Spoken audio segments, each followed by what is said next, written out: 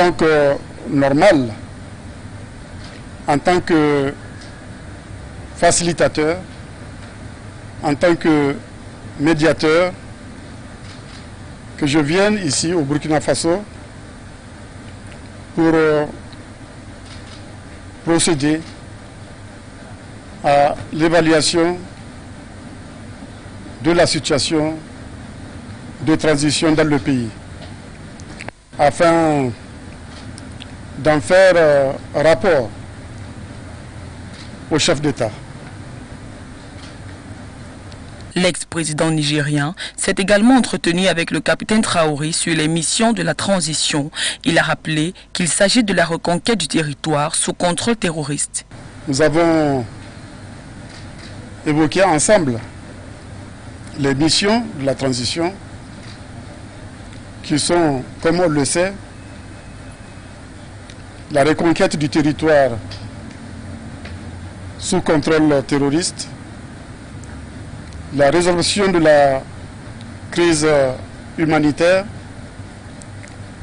le retour à l'ordre démocratique, mais aussi la mobilisation des ressources afin de permettre à la transition de réaliser ses missions. Mohamedou Issoufou a dit être également porteur d'un message d'Antonio Guterres, secrétaire général des Nations Unies, en rapport avec l'Union africaine, la CEDEAO et le G5 Sahel. Celui-ci concerne l'évaluation stratégique sécurité-développement dans les pays du Sahel géopolitique qui regroupe tous les pays sous menace terroriste et du crime organisé.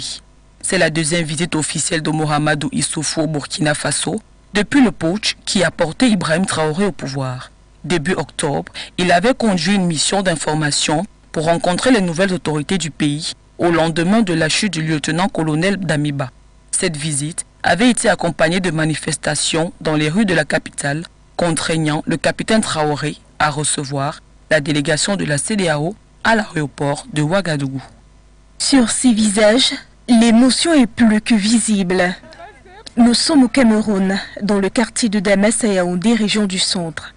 Ici, de nombreuses familles étaient installées dans l'après-midi pour une cérémonie de commémoration de 5 membres d'une association décédés durant l'année. Les convives étaient installés sous plusieurs grandes tentes sur ce terrain vague, au sommet d'une colline, quand le sol s'est affaissé en début de soirée, sous une partie de l'assistance traînant avec lui un bilan assez lourd. On compte plus d'une dizaine de morts et une vingtaine de blessés. Au pied de ce terrain, des effets personnels sont visibles. On venait juste de commencer à danser quand la terre s'est effondrée, a raconté Marie-Claire Mendouga, 50 ans, qui se tenait heureusement sous l'une des toiles n'ayant pas été emportée par l'éboulement. Je suis allée creuser avec mes mains pour tenter de sortir des victimes des amasses de terre, poursuit-elle. Sur les lieux, le gouverneur du centre a expliqué que la zone était très dangereuse. Un incident malheureux qui est survenu encore cette fin d'année où les familles sont endeuillées. Quand vous voyez même la zone, vous savez que c'est la zone très dangereuse. Et il serait judicieux et nécessaire pour que ces populations commencent à réfléchir comment partir avant que l'administration ne vienne. Les autorités ont prévenu que le lieu reste dangereux et à cet effet, des évacuations pourraient être ordonnées et toute nouvelle construction reste jusqu'ici fortement déconseillée. Rappelons que les effondrements de pans de terrain, parfois avec des maisons, surviennent relativement fréquemment à Yaoundé et dans d'autres villes du pays. Cependant, dans la capitale, ils sont rarement aussi meurtriers. À Bafoussam, dans l'ouest du Cameroun, on s'en rappelle encore. 43 personnes avaient perdu la vie en date du 29 octobre 2019, quand un glissement de terrain avait emporté une dizaine d'habitations précaires construites à flanc de colline après des pluies diluviennes. Jugé pour haute trahison par la Cour de sûreté de l'État, l'ancien président comorien Ahmed Abdallah Sambi a été condamné à la réclusion à perpétuité. Une sentence à laquelle le principal opposant de l'actuel président Azali Assoumani ne peut faire appel car les décisions de la Cour de sûreté de l'État sont irréversibles. L'homme politique âgé de 64 ans est accusé d'être impliqué dans le scandale de la citoyenneté économique. En effet, alors président de ce petit archipel de l'océan Indien, de 2006 à 2011, Ahmed Abdallah Sambi avait fait voter une loi permettant de vendre à des prix élevés des passeports aux personnes en quête de nationalité, notamment des dizaines de milliers de Bédouins des pays du Golfe, considérés par leur patrie comme des citoyens de seconde zone et privés de ce fait de documents d'identité. Il est reproché à Sambi d'avoir détourné une fortune dans le cadre de ce programme qui devait permettre de remplir les caisses de l'État. Le préjudice est estimé à plus d'1,8 milliard d'euros. Le camp Sambi, qui décrit une procédure inéquitable, soutient qu'aucune trace de cet argent n'a été démontrée et aucun compte découvert. Les faits imputés à l'ancien dirigeant comorien qui, à l'origine, était poursuivi pour corruption, ont été requalifiés en haute trahison. Un crime qui, selon ses avocats, n'est nullement mentionné dans le droit comorien.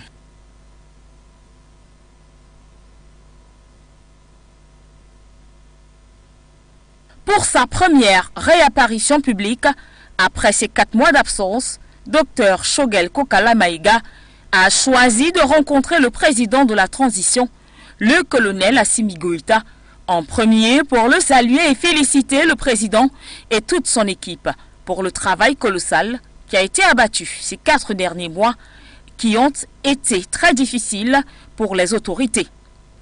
L'ingénieur télécom reste ainsi déterminé pour la réussite de la transition en indiquant que le Mali est condamné à réussir parce qu'il n'y a pas autre choix. Selon Shogel Kokala Maïga, quand l'on décide de prendre sa souveraineté en main, il n'y a pas de demi-mesure, il n'y a pas de marche arrière. Après donc sa rencontre avec le président de la transition, le Premier ministre s'est adressé à la nation malienne qui, durant toute cette période, lui a témoigné de son soutien. Il a tenu à remercier du fond du cœur l'ensemble de ses compatriotes de l'intérieur et de la diaspora, ainsi que tous les panafricains. Il a laissé entendre que des plus petits hameaux aux plus grandes agglomérations lui sont parvenus des mosquées, des églises et des temples de prière et les invocations des compatriotes anonymes et des serviteurs du culte. Pour sortir de ses propos, il a fait un clin d'œil à ses concitoyens dans leur écrasante majorité, parents, amis, sympathisants et même rivaux politiques les plus farouches qui ont justement tenu à lui exprimer leur compassion et un bon retour.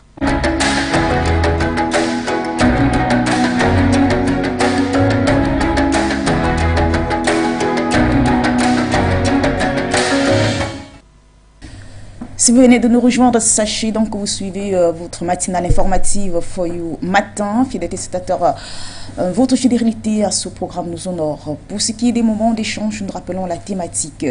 Ce mardi, nous parlerons de la Guinée équatoriale, notamment des résultats de l'élection présidentielle qui s'est déroulée de ce côté-là, avec cette réélection du président Obiang-Nguema Mbazogo pour un 6e mandat.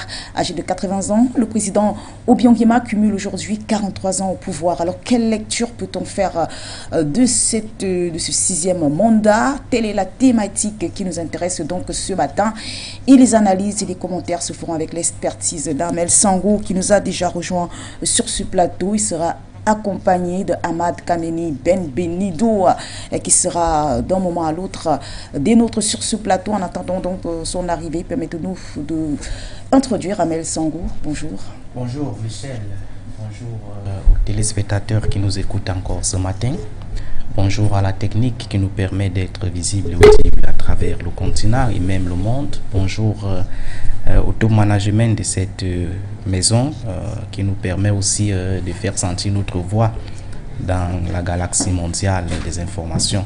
C'est encore avec un plaisir renouvelé que je viens encore pour ce combat panafricain, parce qu'il faut le dire, il s'agit d'un combat dans un contexte où une certaine partie du monde pense que le monde lui appartient.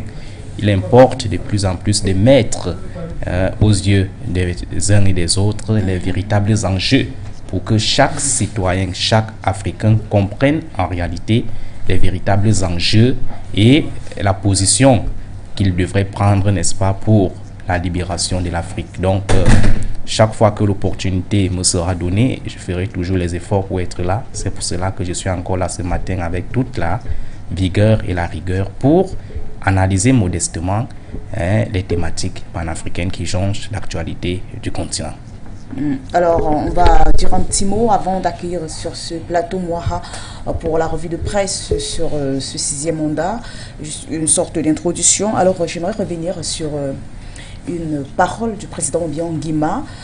C'était sur les colonnes du magazine Jeune Afrique en 2016. Il avait fait savoir, je cite, « Cela fait trop longtemps que je suis au pouvoir, mais le peuple veut encore que je sois président. C'est la dernière fois que je me présente. » Alors, le président Obiang Nguema Mbazogo avait fait cette confidence à l'hebdomadaire Jeune Afrique juste avant sa réélection en 2016. Aujourd'hui, il est en train de briguer un 6e mandat.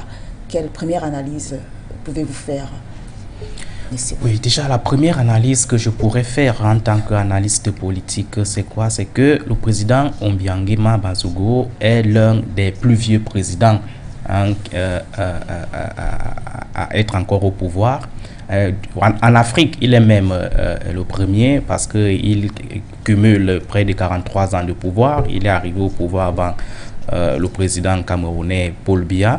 Donc, à partir de ce moment, la première observation que moi je fais, c'est que c'est quelqu'un qui est déjà conscient du fait qu'il a déjà mis long au pouvoir. Et vous savez que du point de vue politologique et technique, le pouvoir usure à long terme. C'est-à-dire, la dynamique du pouvoir long, du temps long, crée souvent, n'est-ce pas, l'usure non seulement de la personne qui incarne le pouvoir, mais aussi et surtout de la capacité à pouvoir apporter les nouvelles idées. Donc je pense qu'aujourd'hui, pour comprendre cette position-là, il y a un certain nombre de facteurs qu'on peut mobiliser pour analyser cette longévité-là. Les facteurs sont partagés. Le premier facteur, il faut toujours ne pas l'oublier, c'est d'abord le facteur de la dynamique Occident-Afrique, le facteur de la colonisation. Parce qu'il faut le dire, cette colonisation-là, à un certain moment donné, avait fait une transition, n'est-ce pas, pour l'autoritarisme, pour la longévité des chefs d'État africains. Parce qu'au sortir des indépendances en 1960, les colons avaient imposé, d'accord, avaient choisi les dirigeants en lieu et place, n'est-ce pas, des présidents, en lieu et place des peuples africains. C'est-à-dire, vous allez voir que les indépendances qui ont été données aux pays africains étaient des indépendances beaucoup plus contrôlées, d'accord, par l'Occident. Et les personnes qui nourrissaient les véritables velléités, les véritables projets même indépendantistes du continent, qui avaient des bons projets de société pour le continent, avaient été invincés, avaient été mis de côté pour privilégier les gens qui étaient en phase avec la volonté occidentale. Donc à partir de ce moment-là, on peut déjà comprendre que l'origine des dérives autoritaires en Afrique part de la transition coloniale. D'accord? Vous allez vous rendre compte qu'après 1960, ceux qui sont arrivés au pouvoir ont instauré, d'accord, les pratiques autoritaires. Parti unique, construction nationale, lutte contre les oppositions. Il n'y avait pas d'opposition. Si je reste par exemple dans le cas d'un pays comme le Cameroun que je connais très bien, nous avons vécu une période où c'était interdit de penser différemment.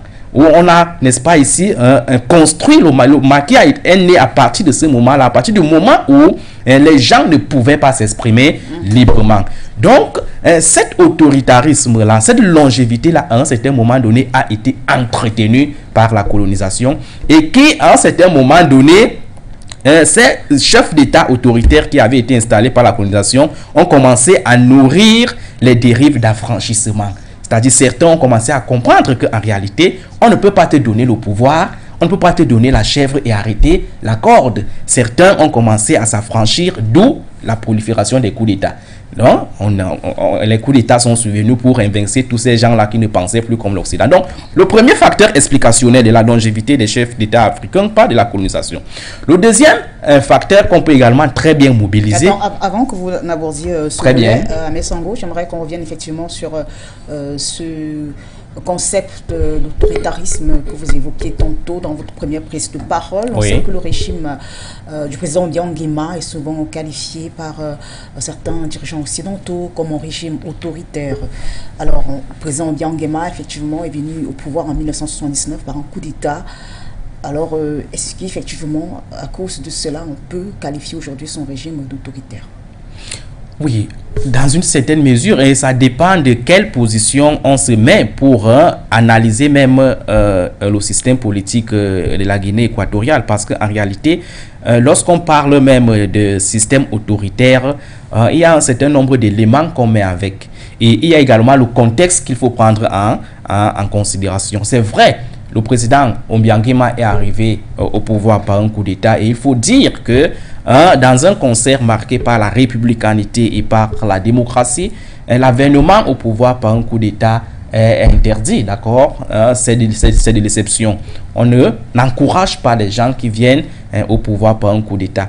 Mais l'exception étant toujours parfois un élément qui vient souvent confirmer la règle, il peut arriver à un certain moment donné que lorsque les intérêts d'un État sont crispés, lorsque les intérêts d'un État sont menacés, lorsque nous avons à la tête d'un État quelqu'un qui ne sait plus comment faire pour sauvegarder et satisfaire les intérêts basiques de la population, que une personne qui soit illuminée puisse se lever pour dire que le pays ne peut pas périr à cause d'un seul homme. Donc à partir de ce moment-là, on a vu des coups d'État dans l'histoire qui ont participé à libérer le peuple, les coups d'État salvateurs. On peut prendre par exemple le cas de la Libye. Il faut dire que Kadhafi était arrivé au pouvoir par un coup d'État. Mais on a vu qu'après être nanti du pouvoir, on a vu comment il a transformé son pays, comment il a rendu la population prospère, comment il a rendu le pouvoir au peuple. Le peuple libyen n'était pas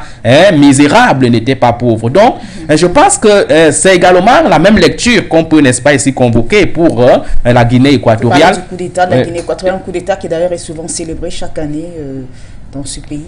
Célébré dans la mesure où ils inscrivent ça dans la mesure d'un coup d'État libérateur. Je viens de vous indiquer, d'un coup d'État libérateur, parce que lorsqu'on fait quand même, il faut être quand même objectif pour dire que lorsqu'on fait la comparaison entre le management de son prédécesseur et le management actuel, effectivement, il n'y a pas match.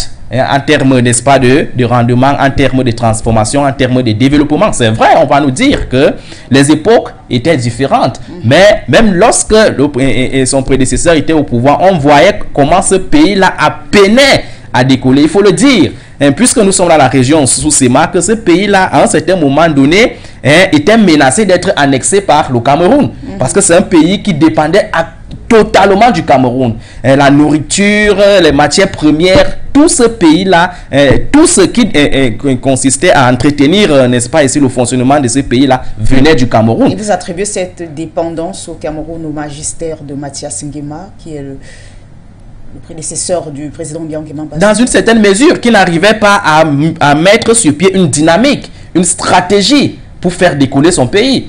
D'accord? Donc c'est quelqu'un qui, à un certain moment donné, entre guillemets, était limité. D'où le coup d'État. Et vous savez que dans la majeure partie des pays africains aujourd'hui, lorsque la population est bloquée, lorsque la population n'arrive plus à avoir accès aux besoins sociaux de base, le coup d'État est présent et prévisible. D'accord? Ce qui explique, ce qui nourrit souvent le coup d'État, c'est la misère, la pauvreté. Lorsque dans un pays, vous n'arrivez pas à payer vos fonctionnaires, par exemple, vous pensez que vous serez, n'est-ce pas, ici, tranquille. Non, le coup d'État vient à partir d'un certain nombre de manquements. Et je pense que c'est ce qui avait caractérisé le management du prédécesseur d'Obiang Nguema, parce qu'il faut le dire, ce fut son oncle. Ce n'était pas quelqu'un qui était... Donc, il avait compris qu'en réalité, il était urgent de prendre ce coup d'État et de libérer son peuple. Donc, moi, je pense que sur le plan de la réelle politique, lorsqu'on voit aujourd'hui comment la Guinée équatoriale s'est transformée en moins de 2 décennies, il faut le dire. C'est vrai, on va dire qu'il y a eu la magie du pétrole, la magie des matières premières, mais il faut dire également qu'il y a d'autres pays, il y a également d'autres présidents en Afrique qui ont les mêmes matières premières, qui ont le même pétrole, mais qui n'arrivent pas à transformer radicalement leur pays. Donc, c'est quelque chose qu'il faut mettre à l'actif du président Ombiang. Il faut reconnaître, même si on n'est pas d'accord avec sa méthode managériale, que c'est quelqu'un qui a économiquement apporté quelque chose de plus en Guinée équatoriale. Et je pense que dans la suite des analyses, on reviendra pour voir ce qui n'a pas marché et ce qui a marché avec ce nouveau mandat qui vient de capter. Obiang Nguema puisse aujourd'hui accéder à un 6e mandat. Effectivement, il vient juste de remplir un 6e mandat et je pense que nous reviendrons là tout à l'heure sur les enjeux. Alors, merci à Amel Sango pour cette première prise de parole. Fidèles téléspectateurs, on me rappelle que ce programme est interactif. Cela veut dire que vous avez l'opportunité également d'apporter votre contribution via les numéros qui apparaîtront de temps en temps sur votre écran. Ne vous gênez pas à nous appeler ou envoyer des messages. Vous pouvez également nous suivre sur nos différentes plateformes d'information en ligne, à savoir YouTube ou Facebook, et laisser des commentaires, pourquoi pas des questions également au panel sur ce plateau. Alors, avant donc de continuer ces échanges, on va marquer une pause pour accueillir sur ce plateau Moira qui va nous transporter dans l'univers de la presse écrite et en ligne. On le reçoit après ceci.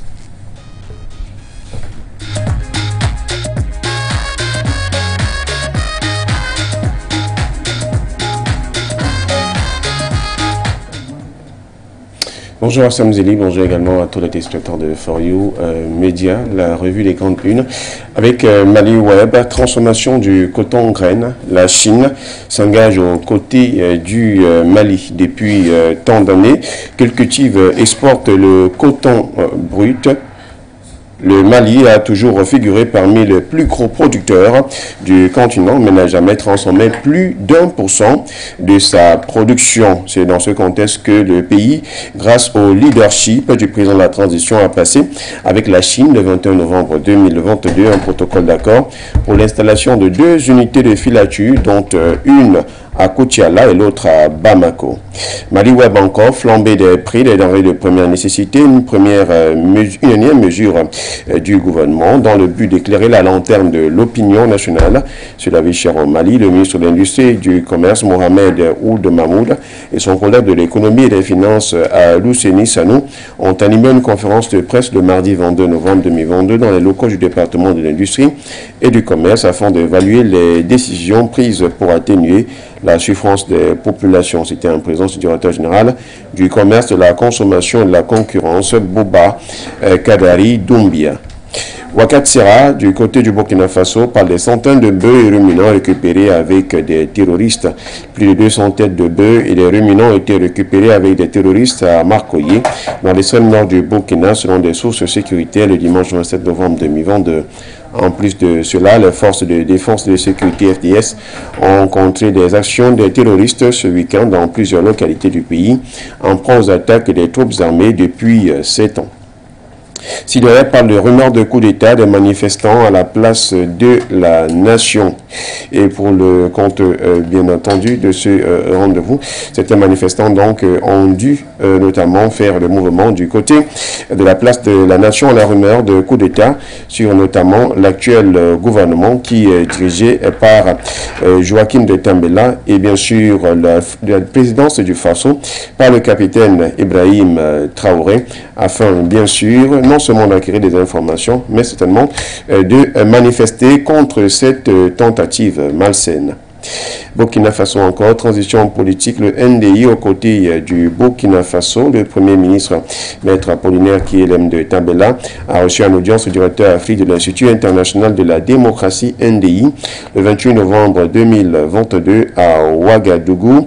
Il faut dire que Christopher Fomouyou est donc venu après son entrevue confier des félicitations pour la nomination à ce poste clé donc de Maître Joachim de Tambela.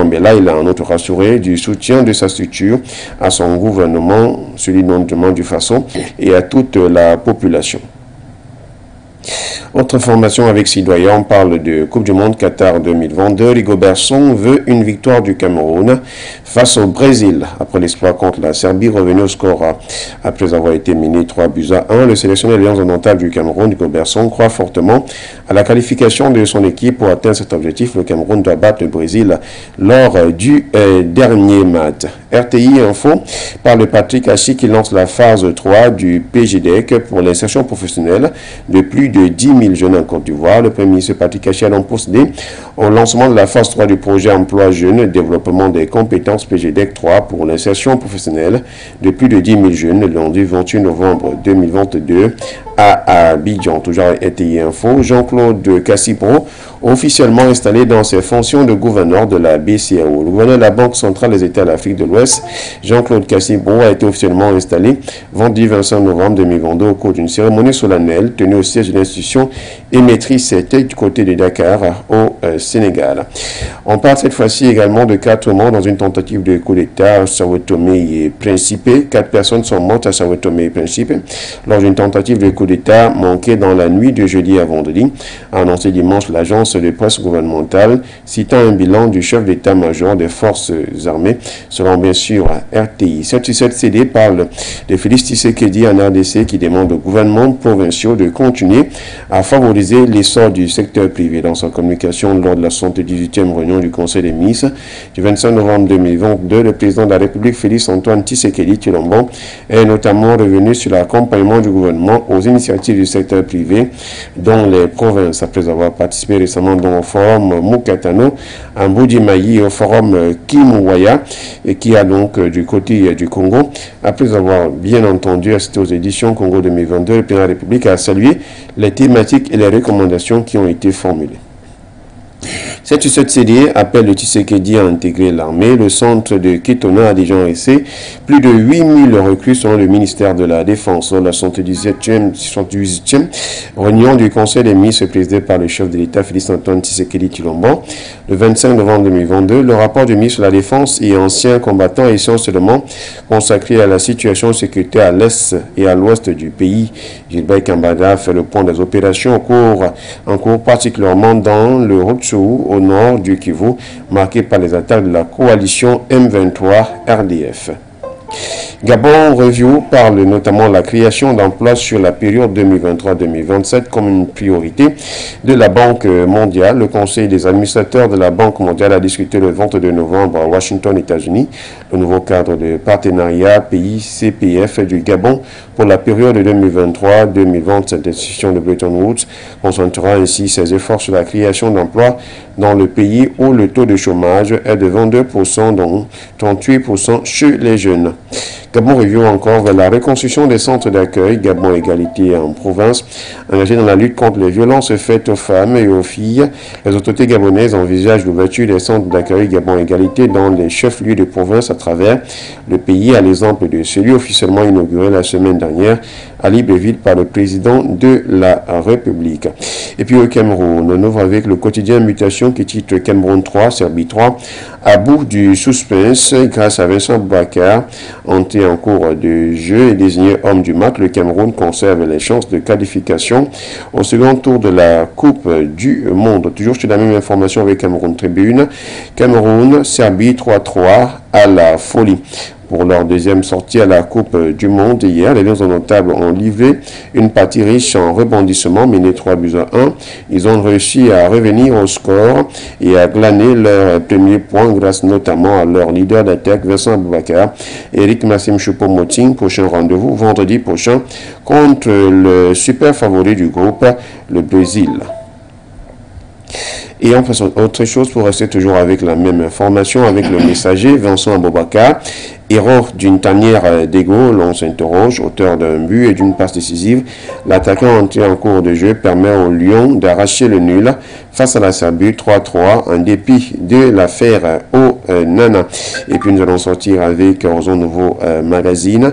Pénurie alimentaire et vie chère, l'Afrique piégée par le FMI, contraint de se désengager des secteurs de production à travers les programmes d'ajustement structurel de la décennie 1990 à eux imposés par les institutions de Bretton Woods, les pays africains francophones plus que jamais sous la menace de la famine et des émeutes de la faim à cause de l'opération spéciale russe en Ukraine.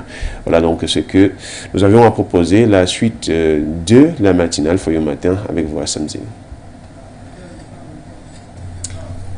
Merci à vous, Moira. Merci pour cette revue de presse et toutes ces informations issues donc des différents journaux du continent, mais également des plateformes d'information en ligne que vous pouvez d'ailleurs visiter pour plus d'informations. Alors, place à présent, une fois de plus, à notre thématique, à savoir ce sixième mandat du président Byongima Bazogo, réélu donc dernièrement lors des élections présidentielles, mais également législatives et municipales. Alors, le parti au pouvoir, le PDGE, qui s'était également la part du lion à l'hémicycle, Amel Sango, autant de éléments qui prouvent donc que le président Byongima règne, mais alors avec un règne sans partage.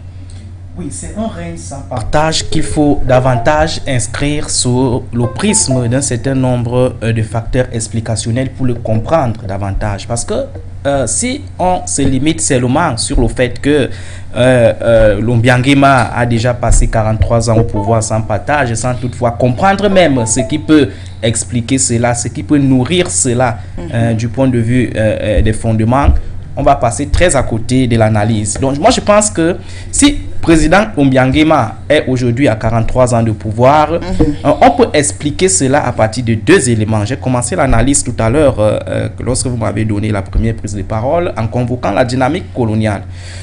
Ce qui explique que le président Byongima reste au pouvoir, c'est d'abord cette volonté de rompre radicalement avec le commandement occidental. C'est-à-dire, vous savez que depuis un certain temps et jusqu'aujourd'hui encore, et c'est même pour cela que le continent africain est en train de s'élever partout pour demander l'indépendance de l'Africain, on a assisté pendant plusieurs années à une sorte de un type de paternalisme du côté de l'Occident, où l'Occident voulait toujours, à travers ce que j'appelle souvent la colonialité du pouvoir, parce que vous savez que la colonisation s'est manifestée à travers un certain nombre d'éléments. Il y a 4 types de colonialité que je convoque souvent pour expliquer ce processus-là. La colonialité du pouvoir, du savoir, de l'être et sociétal.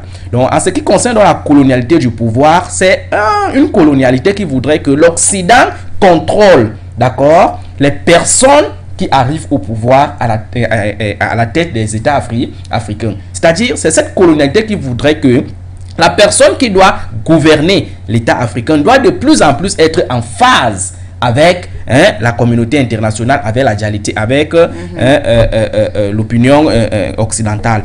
C'est pour cela que lorsque cela est ainsi, ça va permettre à cet Occident-là de jouir des matières premières, de jouir des richesses de ces pays-là, sans toutefois que celles-ci puissent bénéficier à la population même de ces pays africains. Donc, le président Obiang est arrivé au pouvoir et il a compris que son prédécesseur était beaucoup plus inscrit dans cette dynamique-là. Son prédécesseur était beaucoup plus servile. Son prédécesseur était quelqu'un qui n'avait pas une vision indépendantiste pour son pays. Son prédécesseur, c'était quelqu'un qui n'arrivait pas à se projeter dans le temps.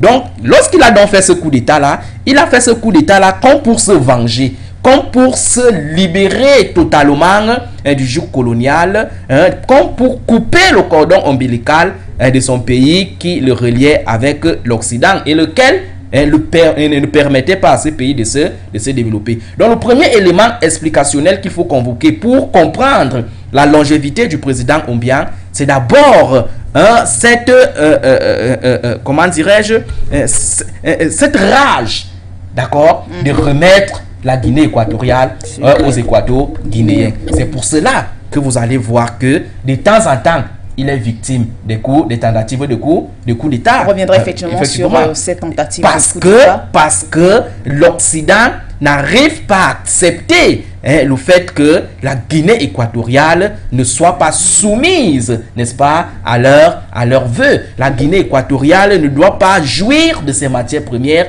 La Guinée équatoriale ne doit pas jouir de son pays, de son pétrole. Donc moi je pense qu'en tant qu'analyste, il faut convoquer ce paradigme-là pour expliquer la longévité du président Obiang-Nguema. Il se dit peut-être que s'il n'est pas là demain, et on reviendra également là pour expliquer la limite de cette position, s'il n'est pas là demain, peut-être la personne qui viendra au pouvoir ne pourra pas rester dans la même dynamique que lui, ne pourra pas s'inscrire dans le même processus que lui, il avait déjà tracé. Et il faut également convoquer un autre élément pour dire que le problème même de la démocratie aujourd'hui, il faut également être prudent. Et lorsqu'on dit que le président Obiang-Nguema est dictateur, il a les dérives autoritaires, il a ceci et cela. Mais la question fondamentale... sur le fait que Ahmed Sango, effectivement, il est souvent reproché au président Obiang-Nguema, voilà, d'avoir fermé son pays au monde. Est-ce qu'aujourd'hui, il est possible pour un pays de vivre en autarcie? Je ne pense pas. Lorsqu'on dit fermer son pays, c'est protéger son pays contre l'exploitation étrangère. Mais moi, je pense que le président Obiang-Nguema est dans cette logique-là. Il n'est pas renfermé. On ne peut pas dire que la Guinée équatoriale est comme la Chine avant 1980-49, puisque la Chine, à un certain moment donné, s'était renfermée et était fermée du monde. Moi, je pense que le président Obiang-Nguema est dans une logique de prudence envers la communauté internationale, surtout envers l'Occident, qui veut à tout prix pénétrer ce pays-là pour spolier économiquement leurs richesses et leurs matières premières. Et cette prudence-là se manifeste de plus en plus. Et puisque nous sommes dans la zone CEMAC, vous savez que dans la zone CEMAC, le processus d'intégration même est de plus en plus en péril, piétine, parce que justement, le président Obiang-Nguema est prudent, c'est-à-dire il a une sorte de prudence sur l'ouverture. Pour lui, il pense que comme il est un tout petit pays, c'est-à-dire quand je dis un tout petit pays, ça veut dire que sur le plan de la densité et sur le plan de la démographie, il ne pèse pas aussi lourd. Donc il se dit peut-être que cette logique-là pourrait, n'est-ce pas ici, permettre, s'il s'ouvre, n'est-ce pas ici, sans prudence, à d'autres pays de l'envahir. Vous pouvez par exemple vous imaginer si la Guinée équatoriale ouvre son pays sans contrôle au monde entier, ce pays-là qui n'est pas d'abord peuplé risque d'être envahi par une population qui ne sera pas guinéenne. Donc moi je pense que c'est d'abord cet intérêt de son pays que le président Obiang-Nguema met en avant pour dire que en réalité nous sommes un pays, c'est vrai, nous sommes dans le concert des nations, c'est vrai, mais nous décidons volontairement et librement de coopérer avec qui nous voulons. Et vous allez vous rendre compte que les gens qui acclament et proclament quotidiennement que la Guinée équatoriale est un pays renfermé, est un pays, n'est-ce pas ici, autarcique, ce sont des pays qui n'arrivent pas à sceller des partenariats, à sceller des accords économiques avec la Guinée équatoriale. Donc, ce sont ces pays-là qui quotidiennement sortent et font des sorties pour faire de la propagande. La Guinée équatoriale est un pays souverain qui est libre d'entretenir ses relations internationales et étatiques avec n'importe quel pays au monde. Et il faut le dire, ce n'est pas parce que nous sommes dans le Conseil des Nations que nous sommes obligés de coopérer avec n'importe qui. Lorsque vous voyez que tel pays n'est pas à même de vous permettre de vous développer ou alors de saisir votre intérêt, il est clair pour l'intérêt général de la nation, de ton État, de ne pas t'aventurer en coopération avec lui. Donc il faut prendre tout ça en considération pour comprendre la position de la Guinée équatoriale. Ce n'est pas un pays fermé, ce n'est pas un pays autarcique, c'est un pays qui reste prudent quant à ce qui concerne le concert des nations. Maintenant, je voudrais revenir sur cette idée qui prolifère de temps en temps sur le système même politique. On dit que c'est un système politique dictatorial, il faut qu'il instaure le système démocratique, etc., etc. Je pense qu'il faut, n'est-ce pas ici, être prudent lorsqu'on invoque cette question-là pour dire qu'en réalité, la question fondamentale qu'on devrait se poser chaque fois qu'on analyse ou qu'on étudie le système politique pour un État, c'est quel système politique pour le développement de mon État? C'est la question fondamentale qu'on pose généralement. Le système politique, c'est un mot, c'est-à-dire c'est un élément, c'est un facteur qu'on ne mange pas. Ce n'est pas quelque chose qui vient donner à manger aux populations. C'est juste un système qui permet de mettre en place une dynamique qui va permettre, n'est-ce pas, de booster les richesses, qui va permettre de libérer le peuple du point de vue de la misère et de la pauvreté. Donc la question fondamentale, c'est quel type de système pour le développement de mon pays? Et lorsqu'on a posé la question de cette façon-là, on comprend directement que le système démocratique, et vous pourrez par exemple faire des analyses et des recherches là-dessus pour dire que le système démocratique tel que proposé par l'Occident aujourd'hui, c'est beaucoup plus une propagande qu'un instrument de développement. La démocratie, dans l'histoire, n'a pas toujours développé un État. Ces États occidentaux qui sont des turiféraires de la démocratie et qui déstabilisent les États aujourd'hui pour imposer cette démocratie-là, eux-mêmes ne se sont pas développés avec la démocratie. Lorsque vous faites, par exemple, l'historiographie politique des pays occidentaux, vous allez vous rendre compte que c'était des dictatures très féroces. C'était des pays qui étaient, n'est-ce pas, ici des absolutismes. C'était, n'est-ce pas, ici des totalitarismes. Ils se sont développés dans la pensée unique parce qu'il faut dire, pour se développer, il ne faut pas toujours penser qu'on va demander l'avis de ceci ou de cela. Lorsqu'il y a une vision, on amène les autres, n'est-ce pas, à converger vers cette vision-là et il y a les résultats sur le terrain. L'Europe a utilisé cette position-là, cette stratégie-là, et elle s'est développée. Une fois donc développée, elle a fait ce qu'on appelle l'ouverture. Vous voyez donc que 62 ans après les indépendances aujourd'hui, cette Europe-là, consciente du fait qu'elle ne voudrait pas que les États africains se développent, elle veut imposer la démocratie à un continent qui n'a même pas encore décollé économiquement. Cela est fait à dessein, c'est justement pour que ce continent-là reste dans la misère, ce continent-là reste dans la pauvreté, pour maintenir ce schéma que j'ai toujours convoqué ici, centre-périphérie. Le centre qui est, n'est-ce pas, incarné par eux, pour que ce centre-là se maintienne, il faudrait que la périphérie soit tenue dans la pauvreté, dans la misère, dans le désordre et dans le terrorisme. Donc, il faut comprendre cela et je pense que c'est ce que le président Obiangema a compris. Il a compris que la démocratie, telle que clamée par l'Occident, n'est pas ce qu'il faut pour son pays. Il n'est pas compatible avec les réalités de son pays. Il a donc instauré une démocratie, je dirais, à la guinéenne, particulière à la guinéenne, qui est aujourd'hui, même si on n'est pas d'accord avec le président Obiangema, en train de donner les fruits du côté de la Guinée équatoriale. La Guinée équatoriale, aujourd'hui, du point de vue infrastructural, comme du point de vue économique, c'est un pays qui, en moins de décennies, s'est transformé radicalement. Donc, il faut être honnête pour reconnaître cela. Concernant donc la sempiternelle question de la démocratie, moi, je dis, en tant qu'analyste politique, il faut toujours s'y aventurer avec beaucoup de prudence, poser la question fondamentale, quel type de système politique pour le développement de notre État. Merci. En tout cas, Amel Sango, on reviendra vers vous. Le temps pour nous d'accueillir sur ce plateau Ahmad Kameni Benbenido. Bonjour. Bonjour, bonjour. Alors, je rappelle que vous êtes analyste politique et merci d'ailleurs d'avoir honoré à cette invitation pour parler avec nous de ce 6e mandat du président Obiangema Mbasogo, la Guinée équatoriale, un pays que vous connaissez très bien. Alors, avec Amel Sango, on est revenu sur les raisons aujourd'hui qui poussent les détracteurs de la Guinée équatoriale, si on peut les appeler ainsi, à souvent caractériser, à souvent qualifier le régime du président Obiangema d'un régime fermé et autoritaire.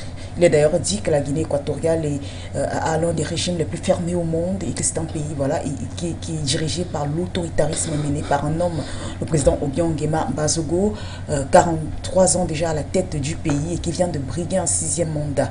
Alors, Ahmed Benbenido, pour une première prise de parole, déjà, ce 6e mandat, quelle analyse pouvez-vous faire de cela? C'est une volonté qui émane du peuple ou encore on peut y voir là une sorte de tripatouillage, comme d'ailleurs certaines voix du côté de la Guinée équatoriale ont fait entendre. J'aimerais d'abord profiter pour passer un cordial salut à mon copanéliste et cette brillante analyse. Et aussi faire comprendre aux téléspectateurs que je suis arrivé en retard parce qu'il y a beaucoup d'embouteillages dans la ville de Douala. J'ai fait le mieux que je pouvais. Et j'aimerais aussi passer un salut à tous les frères équato-guinéens qui ont voté le président Obiang pour une 6e fois. si vous me permettez de le passer en espagnol. Oui. Sí, buenas tardes a todos ustedes.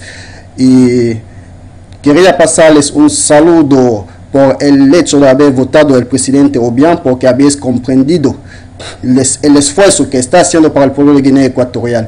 Y decía a su excelencia Obiang que nosotros estamos con él, le agradecemos por todo el esfuerzo que hace para el pueblo de Guinea Ecuatorial y el esfuerzo que hace para el pueblo africano. Y agradecemos también el esfuerzo del pueblo de Guinea Ecuatorial por haber entendido el juego que África sufre actualmente, por haber entendido este juego, votar a la persona que trabaja y no a la persona que nos viene a dar proyectos que no tienen ni siquiera sentido. Y aprovecho también para terminar, para pasar un saludo a mis familias que tengo por allá, a Maricruz Mbula, a Rolé Tuntumu, à Andrés Bolinga. Et je vous passe aussi un cordial salut, madame. Voilà, alors très rapidement, vous allez traduire quand même ce que vous avez dit pour nos téléspectateurs qui ne comprennent pas l'espagnol. Ok, j'ai passé un salut au peuple guinéen pour avoir renouvelé cette confiance au président Obiang et qu'à partir de cette confiance, le président Obiang doit prendre encore plus d'engagement, plus d'ardeur pour développer son pays comme il a fait jusqu'à aujourd'hui. Alors Ahmed Benvenido, je disais tantôt qu'après donc la proclamation des résultats qui donne pour vainqueur le président Obiang Nguema avec plus de 90% quand même des voix. Alors il y a des voix, quelques voix qui se sont fait entendre du côté de la Guinée équatoriale pour parler voilà, d'irrégularité ayant émaillé le scrutin. Alors ce sixième mandat du président Obiang Nguema, quelle analyse pouvez-vous faire au vu de ces quelques voix quand même d'opposition qui contestent le résultat final? Bon, je dirais 94,7%. 94. Le chiffre exact, 94,7%. Voilà, le chiffre exact. Et pour pouvoir comprendre cela, il faut d'abord revenir en arrière. Il faut revenir en arrière. Pour comprendre cela, j'espère.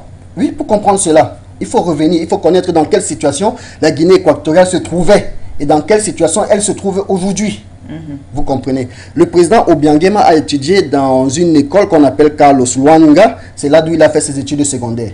Et après, il décide donc d'entrer dans l'armée pour pouvoir défendre la patrie. Et dans cette période-là, c'était les Espagnols encore qui dirigeaient la Guinée équatoriale. C'était les Espagnols. Et le gouvernement espagnol, il voit que c'est un homme qui est brave. Il le déporte donc pour l'Espagne pour se faire former dans l'armée espagnole. Et de là-bas, le président Obiang arrive à être capitaine dans l'armée espagnole. Imaginez-vous, un noir capitaine dans une armée blanche et en période de l'esclavitude, post-coloniale. C'est ce qui veut dire qu'il avait beaucoup de talent. Il avait beaucoup de talent. Et après avoir travaillé en Espagne pendant plusieurs années, le président Obiang décide donc de revenir dans son pays après les indépendances qui ont été tellement difficiles, les indépendances que la Guinée équatoriale a pu avoir le 12 octobre 1969, qui était vraiment difficile. Il décide de retourner dans son pays pour travailler pour son peuple. Et de retour au pays, vers les années 70, le président Obiang se met dans le travail. Et en ce moment-là, c'est son oncle, Massi Yasingemeyi, qui était président actuel. Disons, il se met dans le travail pour pouvoir avoir une bonne armée et voir comment le pays doit être dirigé. Maintenant, la peine que le président Obiang avait eue en cette période, c'est qu'il avait rencontré que pendant ce temps, la population ne faisait que fuir la Guinée équatoriale, s'exiler. Pourquoi? Parce qu'ils étaient maltraités, martyrisés par le gouvernement en place. De Mathias Nguema. Oui, de Mathias Nguema, un gouvernement génocidaire. Et le président Obiang, l'humanisme que lui, il avait, vous savez qu'un grand homme, on ne devient pas président, on est président. Et c'est pour ça que je veux vous donner un peu son parcours. Le président Obiang, avec l'humanisme qu'il avait, l'amour qu'il avait pour sa population, le panafricanisme, le bantou qu'il était, il dit non, même si c'est mon père qui dirige ce pouvoir, je n'accepterai pas. C'est son père, parce que son oncle c'est son père. Voilà, je n'accepterai pas que le peuple soit martyrisé pour un seul homme, que toute la population, parce que plus de 50% de la population de la Guinée équatoriale était sortie. La majorité, ils étaient au Gabon et dans d'autres pays limitrophes en Afrique. Ils étaient sortis. Je n'accepterai pas cela. Et c'est de là d'où il organise un coup de liberté. pas comme les Occidentaux nous disent, hein, parce que les Occidentaux ici en Afrique, quand une tierce personne prend le pouvoir, on fait comprendre qu'il a fait un coup d'État. Mais pourtant, chez eux, en 1800, ils ont parlé de la Révolution française. Pourtant, le roi français a été tué. Mais en Afrique, il parle de coup d'État. Non, ici, ce n'était pas. C'était une révolution. C'était un coup de liberté. Le président Obiang, après le coup de liberté, il prend donc le pouvoir. Il prend donc le pouvoir. Maintenant, tu as pris le pouvoir. Il faut donc des engagements. Tu ne pourras pas faire venir les gens comme ça facilement. Il fallait donc qu'ils se mettent avec les investisseurs étrangers. Du moment que l'Espagne les avait fait comprendre que la Guinée équatoriale, c'était un pays extrêmement pauvre. En Guinée équatoriale, il n'y avait aucune richesse. Même le pétrole, on ne pouvait pas trouver. Il n'y avait absolument rien. Peut-être sauf le petit bois qu'ils avaient dans la forêt. Et beaucoup de Guinéens avaient accepté cela. Mais le président Obiang, comme c'était un homme sage, un homme bantou, formé dans nos traditions, il n'avait pas accepté parce que si quelqu'un vient vous dire que vous avez un terrain qui se trouvait dans un marécage et qu'il vous dit que si vous creusez un puits, vous n'auriez pas de l'eau. Mais pourtant, vous êtes dans le marécage. Vous comprenez que ce n'est pas normal, ce n'est pas faisable. Oui, c'est pas logique. C'est pas logique, c'est pas logique. Et le président Obiang, donc, il décide donc, avec sa sagesse, de traiter avec d'autres partenaires qui viennent, qui découvrent des énormes puits de pétrole. Des énormes puits de pétrole en Guinée équatoriale. Incomparables, des énormes puits de pétrole. On décide dans l'exploitation du pétrole. En arrivant alors dans les années 2000, c'est là d'où les gains de l'exploitation du pétrole commencent à entrer dans le pays. Le président Obiang appelle donc tous ses fils qui sont sortis du pays, revenez dans le pays, nous avons les moyens pour vivre. Pourquoi si on revient quelques années en arrière? En Guinée, il n'y avait pas de route, hein? Il n'y avait pas de route. Il n'y avait pas de route bitumée. On vivait comme ça avec les animaux. Tu étais à ta maison, là tu vois les animaux, les singes. Il n'y avait pas de route. La Guinée équatoriale, c'était vraiment un village. Un village. Le président Obiang, même pour s'alimenter, quémandait, parce que ça c'est une réalité qu'il faut dire, quémandait de la nourriture au pays voisin, comme le Cameroun. Tout sortait de l'extérieur. Même pour se déplacer en voiture, quand il faisait souvent un voyage à l'étranger pour revenir au pays, il fallait qu'on l'envoie la voiture pour qu'on vienne lui prendre à l'aéroport. Maintenant, quand le pétrole est arrivé... On envoie la voiture depuis le Cameroun? Depuis le Cameroun, oui. Pour qu'on vienne lui prendre à l'aéroport, parfois l'avion du Cameroun, si le prenait pour le déplacer. Et quand le pétrole est arrivé, le président Obiang a décidé de changer son pays. Il a appelé tous les Guinéens qui sont à l'extérieur. Venez, travaillons pour pouvoir développer notre pays dans l'égalité. Et le président Obiang, à partir de ce moment, plusieurs Guinéens, parce qu'il y a près de 80% de Guinéens qui sont retournés chez eux. Ils sont retournés, donc ils ont abattu un travail là-bas. Et vraiment, madame, si vous arrivez en Guinée équatoriale, il y a des zones que vous arrivez là-bas, vous vous croyez totalement en Europe. Ils ont abattu un travail sur tous les aspects et je crois qu'il a rempli sa mission. Alors, merci donc pour cette première prise de parole. En tout cas, vous avez brossé quelques éléments historiques qui devraient amener les téléspectateurs aujourd'hui à comprendre pourquoi le peuple équato-guinéen continue de porter à la tête du pays cet homme, malgré son âge avancé, on parle de 80 ans, malgré le nombre d'années qu'il cumule au pouvoir, à savoir 43. Alors, on reviendra vers vous, le temps pour nous de retourner vers Amel Sango. Vous avez suivi la première analyse de votre co-panéliste pour effectivement expliquer cet amour que le peuple équato-guinéen voue à celui-là même qui est qualifié souvent de libérateur. Alors la Guinée équatoriale a aussi une opposition. Comment parler donc de démocratie si effectivement l'on a une victoire aussi écrasante? On évoquait les chiffres de près de 94%. Bon, je profite pour transmettre également mes salutations à mon copanéliste qui nous a retrouvés. Vous revenez encore sur la question de la démocratie. Moi, je vous dis, c'est vrai, dans un État, dans un pays, on ne peut pas totalement avoir l'unanimité de tous les citoyens. Il y aura toujours quelques citoyens qui vont penser que ce que vous faites n'est pas bien, ce n'est que normal. Il y a toujours eu, n'est-ce pas, de l'opposition dans la gouvernance. Mais parfois, comme je dis souvent, devant la juridiction de la raison, aucune contradiction ne demeure jamais irréductible. Voilà, je pense qu'aujourd'hui... Si vous me permettez, Amel Sango, de reformuler en fait ma question, je vais dire la victoire du président Obiang Nguema est écrasante. Alors selon une certaine opinion, ce faible score enregistré par l'opposition est un signe effectivement que cette opposition est muselée. Bon, ça c'est l'hypothèse que... Oui, ça c'est l'une des hypothèses qu'on peut également proposer. On peut également proposer une autre hypothèse que cette opposition-là est minoritaire. 94%, ça veut dire qu'en réalité, le président Obiang a presque tout son peuple derrière lui. D'accord? C'est-à-dire, ça dépend de l'hypothèse qu'on convoque. On peut convoquer l'hypothèse que, bon, que c'est parce qu'il y a les dérives autoritaires, que cette opposition n'arrive pas à se mouvoir, à s'exprimer. Oui. Mais on peut également convoquer une autre hypothèse à côté pour dire que, en réalité, 94%, il faut voir que le verre est à moitié plein. Moi, je pense que il faut sortir, moi je propose de sortir de cette analyse démocratique, c'est-à-dire de rester réductionniste sur la démocratie tel que nous présente l'Occident, parce que c'est de là que vous êtes en train d'insister. Vous présentez les 94% et le petit score de l'opposition, c'est-à-dire majorité, minorité, etc. C'est la formule démocratique que l'Occident a toujours miroité, a toujours présenté au monde. Le coup d'à-coude. Effectivement, le coup d'à-coude, c'est-à-dire cette démocratie. L'opposition est vivante. Effectivement. Moi, je pense que, comme je vous ai dit, il faut plutôt se poser la question de savoir si le type de système, ou si vous voulez qu'on reste toujours sur l'expression de la démocratie, si la démocratie à l'Obiang est en train de donner les résultats économiques du côté de son pays. Si la question si la réponse est affirmative, moi je pense qu'on n'a pas à s'inquiéter.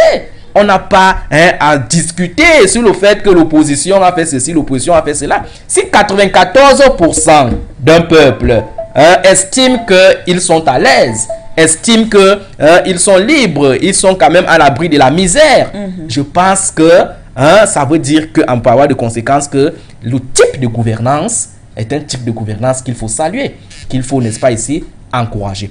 Mais il faut donc également dire que le président Obiang Nguema a certes des prouesses, mais on ne peut pas dire qu'il n'a pas de limites. D'accord?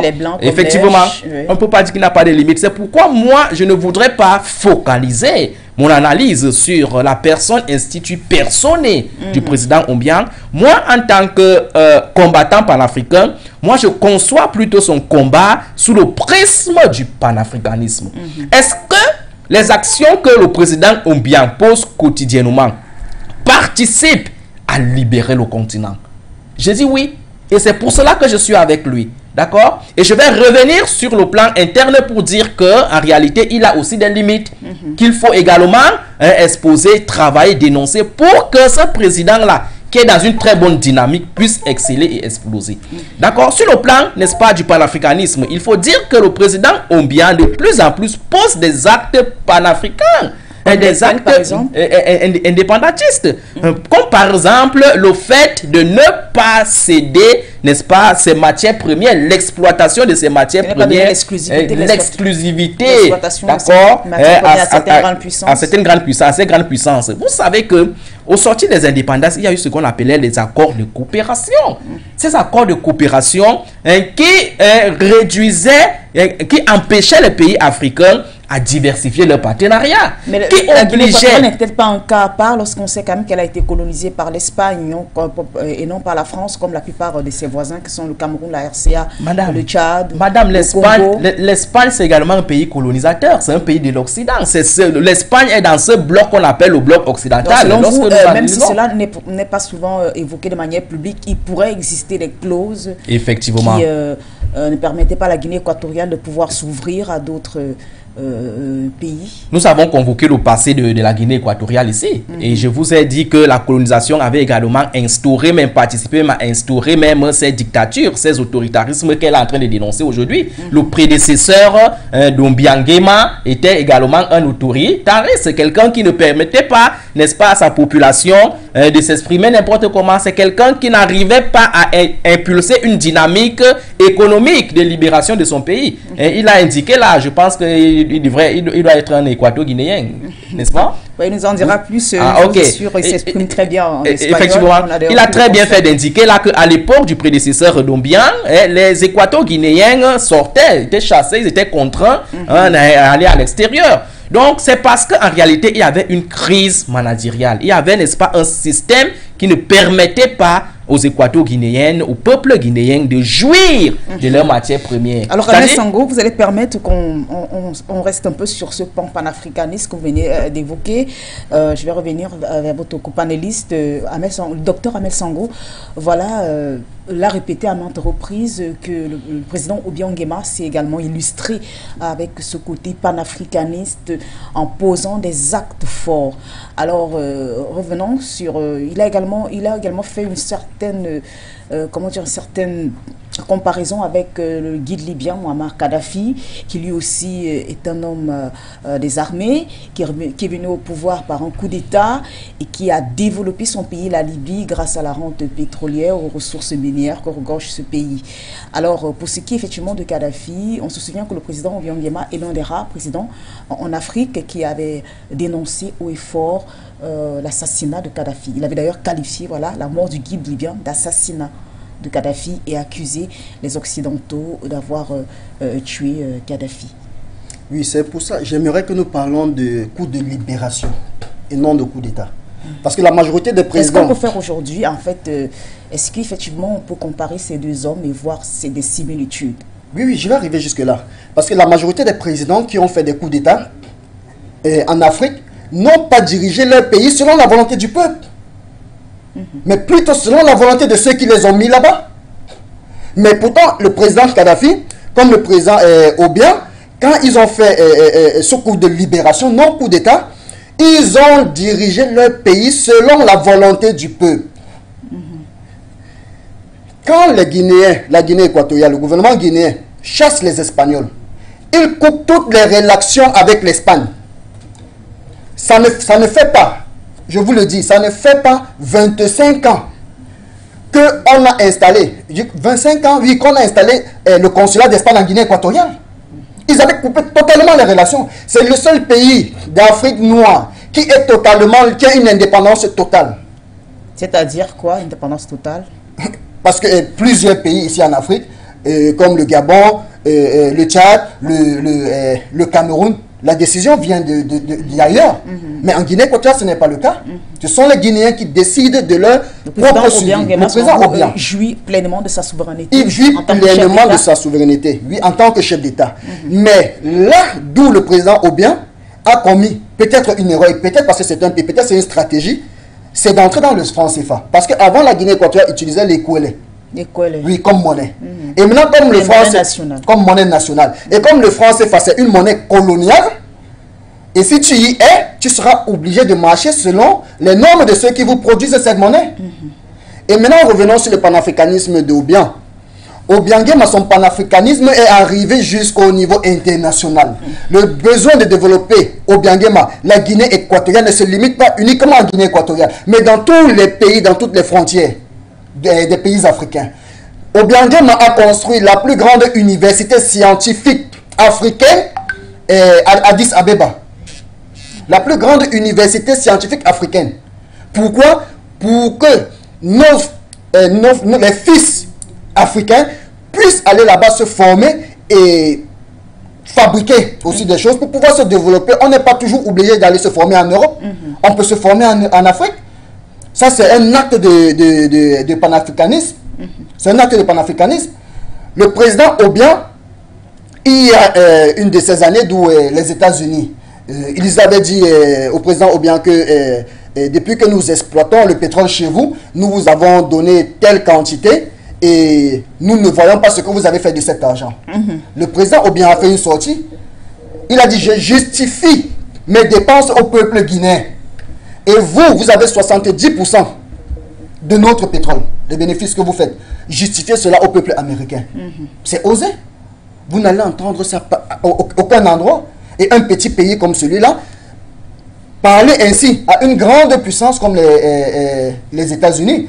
Et le président Obiang, c'est un président qui marchait main à main avec le président Mohamed Kadhafi. Les ambitions que Mohamed Kadhafi avait pour l'Afrique, qu'aujourd'hui, il n'est plus. Ce sont les mêmes ambitions que le président Obiang en a. Mais le problème, c'est quoi? Il faudrait que ces collaborateurs? Non, c'est les autres présidents. Oui, les autres, ces pères africains. Oui, ces pères africains puissent se joindre à cette idée, à sa vision. Mais comment vont-ils se joindre s'ils sont contrôlés par un autre pays? Voilà d'où il y a le problème. Et maintenant, vous verrez que toutes les mauvaises paroles vont sortir plutôt à l'égard d'Obiang.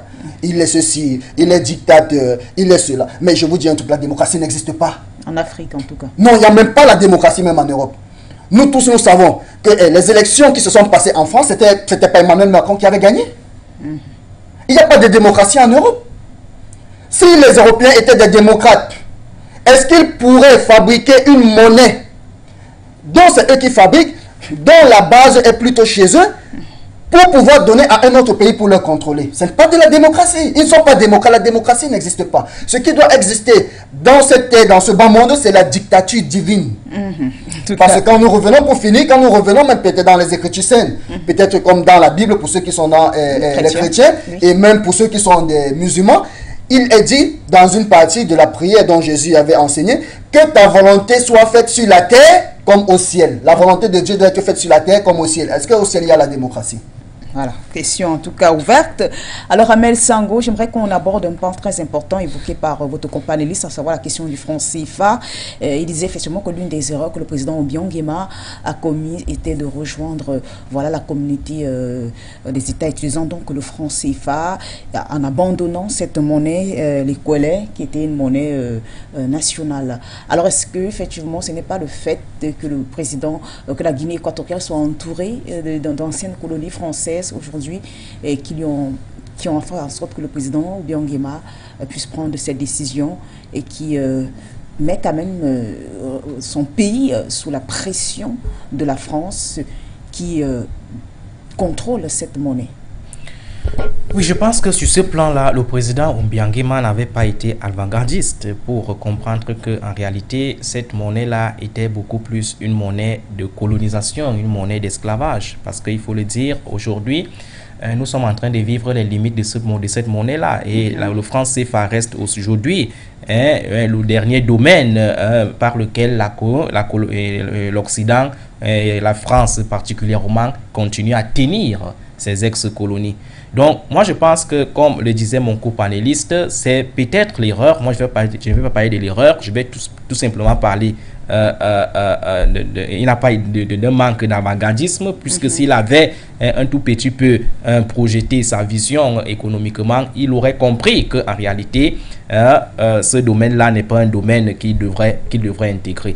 Donc moi, je pense qu'aujourd'hui, il y est, et ça ne dérange pas, il peut maintenant, à travers ces différents combats, combattre radicalement cette monnaie-là. À défaut de sortir personnellement en tant qu'État, il peut également impulser une dynamique intérieure, parce qu'il faut le dire, à l'intérieur de ces pays qui utilisent le franc CFA, et les avis ne sont pas les mêmes, les avis restent partagés sur la question du franc CFA. Il y a certains chefs d'État qui estiment que les pays francophones devraient, n'est-ce pas, en sortir, devraient, n'est-ce pas, créer leur propre monnaie. Et vous savez que c'est l'un des éléments qui a, n'est-ce pas, ici conduit à la mort du président tchadien Maréchal Idriss Déby, parce que au soir de sa vie, il développait déjà des discours, d'accord, souverainistes. Il dénonçait déjà un certain nombre de pans de colonisation qu'il n'arrivait plus à supporter. C'est pour cela que, à travers la dynamique de la colonialité du pouvoir, la colonisation a donc impulsé un coup d'État pour l'éliminer, pour le remplacer avec son proche qui est son fils. Et c'est ce phénomène de la France-Afrique que l'Occident a toujours utilisé depuis les indépendances en 1960, où il, n'est-ce pas, ici, faisaient toujours recours, ils font toujours recours à des rébellions, ils font toujours recours, n'est-ce pas, ici, au djihadisme, au terrorisme, pour évincer un président qui ne seraient plus en phase avec eux. C'est pour cela que le terrorisme aujourd'hui en Afrique ne pourra jamais finir, parce que c'est des constructions occidentales.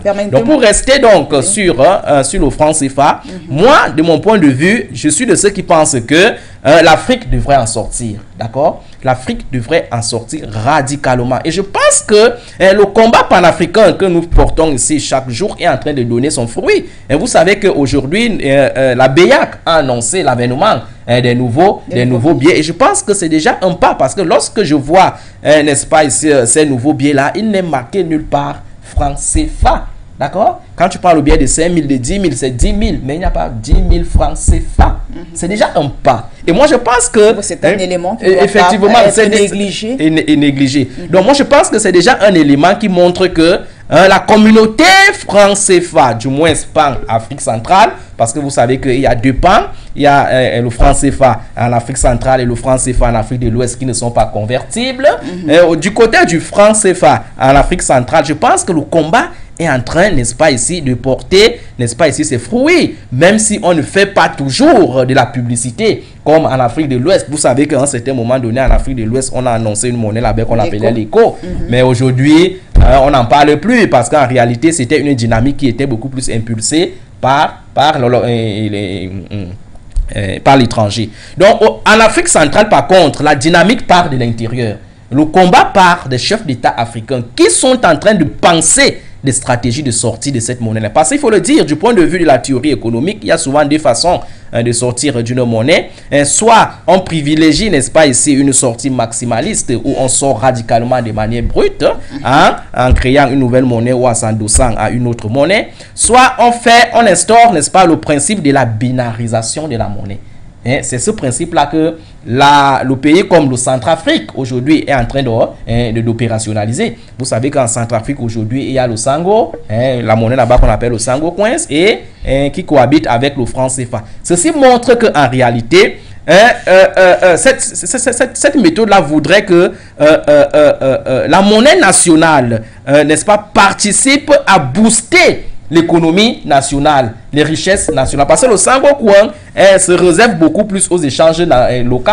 On peut, n'est-ce pas, ici faire des échanges à l'intérieur de la Centrafrique, mais au niveau international, on fait recours au franc CFA. Donc moi, je pense que c'est quand même une méthode qui montre que les pays ont de plus en plus soif, d'accord, de prendre leur souveraineté. Parce que lorsque vous voyez l'atmosphère qui prévaut aujourd'hui dans le continent africain, aujourd'hui, l'heure est à la revendication de la souveraineté, de l'indépendance. Les peuples sont en train de revendiquer, de mettre la pression aux différents pays, à leurs dirigeants, pour que ces dirigeants-là s'orientent vers la libération de l'Afrique. Vous savez que aujourd'hui, en Afrique de l'Ouest, nous avons presque 3 pays aujourd'hui qui sont dans cette dynamique révolutionnaire. Je ne vais pas citer le Mali qui est un idéal type d'analyse aujourd'hui.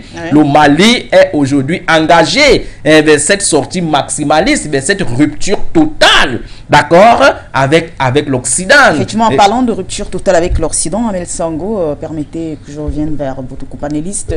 On a souvent remarqué ces dernières années que les relations entre Paris et Malabo ne sont pas bonnes. Pourtant, on a vu un rapprochement du président Obiang Nguema avec la France, puisque il a fait intégrer son pays au sein de la francophonie, la Guinée équatoriale, qui pourtant n'est pas une ancienne colonie française. Et là, le français également a été introduit dans le pays comme deuxième langue officielle après l'espagnol. Il y a des programmes scolaires aujourd'hui qui proposent des cycles secondaires et primaires et même universitaires en français.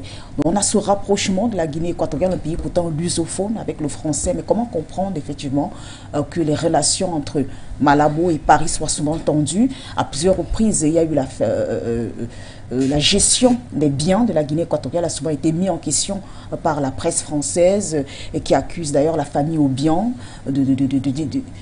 d'avoir une mainmise sur la richesse équato-guinéenne. Le fils du président Obiang Nguema, à savoir Théodorin Nguema Mangué, a souvent été indexé pour son train de vie jugé assez luxueux. Alors, quelle analyse pouvez-vous faire de ces relations tendues entre Malabo et Paris? Qu'est-ce qui, selon vous, serait la cause de cela? Comme le docteur a dit tout à l'heure, si aujourd'hui, l'erreur, pour moi, je trouve qu'il y a eu une erreur, comme c'est un être humain, d'entrer dans le franc CFA. C'est la raison pour laquelle, parce que si tu fais partie, déjà, si tu es membre du franc CFA, obligatoirement, tu seras dans la francophonie. Disons, on a tout fait pour le mettre dedans. Et lui, il croyait, le président Obiang pensait que comme lui, c'est un petit pays, et qui n'avait pas peut-être des industries, et qu'en entrant dans le franc CFA, ça devait faire peut-être que sa monnaie devait avoir beaucoup plus de valeur. Pourtant, c'était une erreur. Il s'est rendu compte plus tard. C'est la raison pour laquelle il est dans la francophonie, malgré lui, les conséquences de son erreur. Et maintenant, le président Obiang, en Guinée équatoriale, il y avait un centre culturel français. Mais quand il s'est rendu compte que ces gens-là l'ont piégé, il a changé le centre culturel français en centre culturel équato-guinéen d'expression française. Ils ont cherché toujours des voies pour que la France n'ait pas du pouvoir chez eux. Et aujourd'hui, la France essaye de mettre la pression sur le président Obiang. Pourquoi?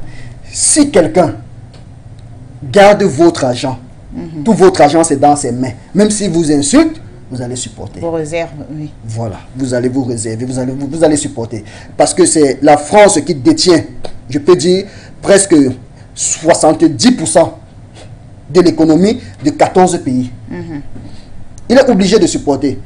Et maintenant, pour mieux comprendre ce qui se passe, il y a un proverbe qui dit ceci: on ne lance pas de pierre sur un arbre qui n'a pas de fruits. Si l'arbre n'a pas de fruits, quelle est la raison pour laquelle vous allez lancer les pierres? Mais quand vous voyez la période des mangues, quand il y a des mangues, vous allez voir toujours des enfants avec des pierres parce qu'ils ont besoin de ces fruits. La Guinée équatoriale, c'est un arbre qui a beaucoup de fruits. Et c'est la raison pour laquelle la France est en train de le combattre. Si aujourd'hui, avec les biens mal acquis, le train de vie du fils du président et tout ça, tous les fils du président le font, ils ont les moyens pour le faire. Les immeubles qui ont été achetés en France, ça a été acheté, on ne peut pas acheter ce genre d'immeuble sans que le gouvernement français ne soit au courant. Pourquoi l'ont-ils vendu s'ils savaient que c'était des biens mal acquis? Ça n'a même pas de sens, juridiquement même ça n'a pas de sens. Le docteur peut bien nous expliquer cela.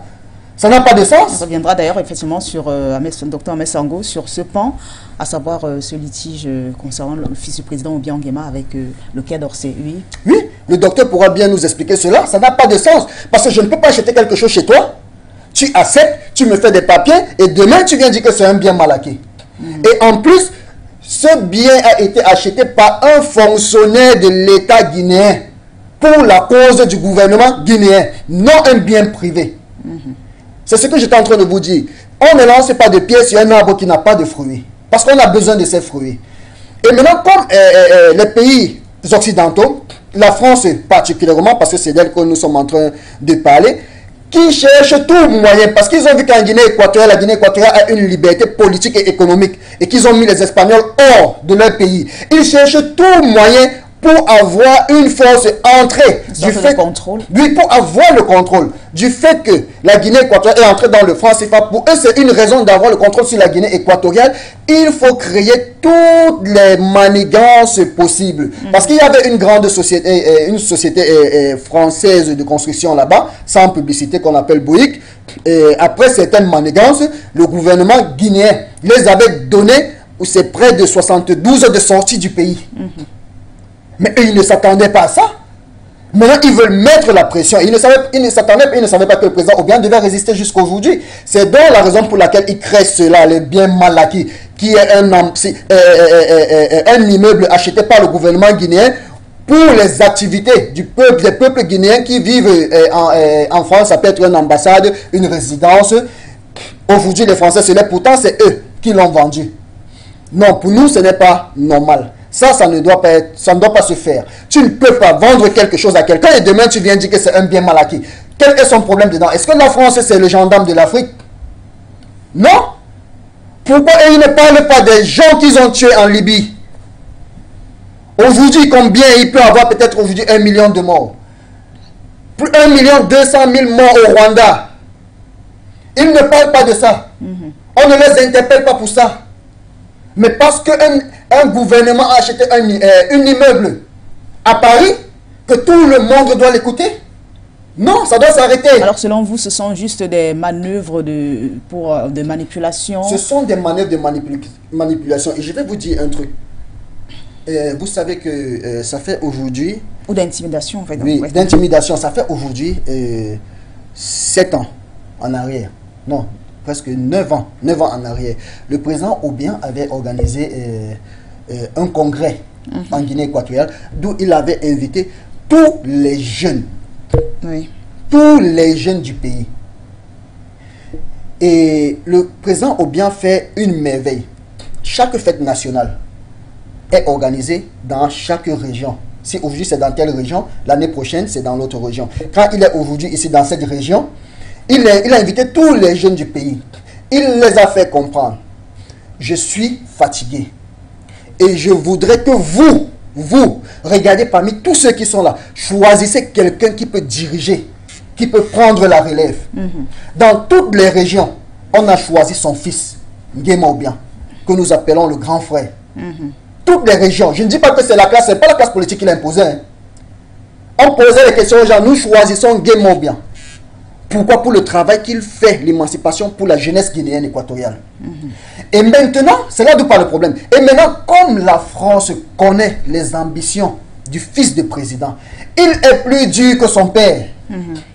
Parce que si ça ne dépendait que de lui, c'est qu'un Français n'entrait même plus dans le territoire guinéen équatorial. Ok, alors permettez effectivement qu'on revienne sur cet aspect que vous aviez évoqué, des biens mal acquis, puisqu'on est en train de parler effectivement de la succession du président Obiang Nguema et de Théodorin Nguema Obiang, qui est perçu aujourd'hui comme le dauphin du président Obiang Nguema. Alors Amel Sango, Ben Benido a évoqué un aspect très important, à savoir cette histoire des biens mal acquis qui avait opposé le Quai d'Orsay à Malabo. On a même eu, le problème s'est même transformé en crise diplomatique, étant donné, compte tenu du rang politique ou encore de la fonction politique qu'occupe Théodorin Nguema Obiang, à savoir celle de vice-président de la Guinée équatoriale. Alors selon lui, cette procédure sur le plan juridique n'avait même pas lieu d'être. Oui, je pense que juridiquement, ça ne peut pas tenir parce qu'en réalité, c'est une construction, d'accord? Ce phénomène de bien mal acquis, c'est une construction, n'est-ce pas, ici, des Occidentaux qui veulent, n'est-ce pas, ici, à partir de cela, tenir les pays africains. C'est-à-dire, c'est un élément que les Occidentaux veulent utiliser, la France particulièrement veut utiliser, pour contrôler la Guinée équatoriale.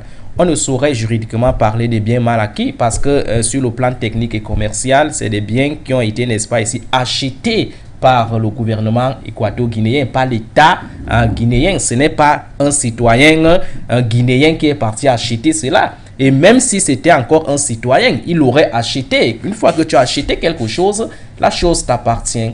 La chose t'appartient. Donc moi je pense que sur le plan juridique et sur le plan technique, ça ne tient pas. Pour parler de biens mal acquis, moi je suis souvent étonné lorsque on met ce problème-là sur les plateaux de télévision, on médiatise tout ça. C'est des épiphénomènes, c'est des constructions, c'est des choses qu'il faut, n'est-ce pas, ici, s'en passer. Quand on parle de biens mal acquis et lorsqu'on fait l'histoire du peuple africain avec l'Occident, qui des deux a eu à n'est-ce pas ici, acquérir des biens mal acquis? Lorsque nous savons que pendant l'esclavage, pendant la colonisation, pendant l'impérialisme, ces gens-là ont spolié nos matières premières, ont spolié nos ressources humaines, ont porté nos grands-parents, et ces grands-parents sont allés construire leur pays. Lorsqu'on sait que ces pays occidentaux, de jour en jour, n'est-ce pas ici, venaient dans nos pays, dans nos continents et emportaient tout sans le consentement des pays africains. Donc moi je pense que lorsqu'on parle même des biens mal acquis, c'est les pays africains qui devaient le leur exiger davantage. Parce que c'est l'Occident qui doit aujourd'hui reconnaître ce mal colonial. Et je pense qu'il y a un pays occidental qui a déjà reconnu ces torts, qui a déjà commencé à reconnaître ce tort-là. Il y a déjà certains pays occidentaux. Nous avons la Belgique qui l'a fait avec la RDC dernièrement. Alors, Sango, vous allez permettre, avec notre permission d'ailleurs, de marquer une pause, puisqu'on nous annonce du côté de la réalisation qu'il y a quelqu'un, un téléspectateur qui aimerait intervenir, certainement à la suite de vos propos. Nous lui passons la parole avant de revenir vers vous. Allô? Oui, allô, bonjour. Oui, bonjour.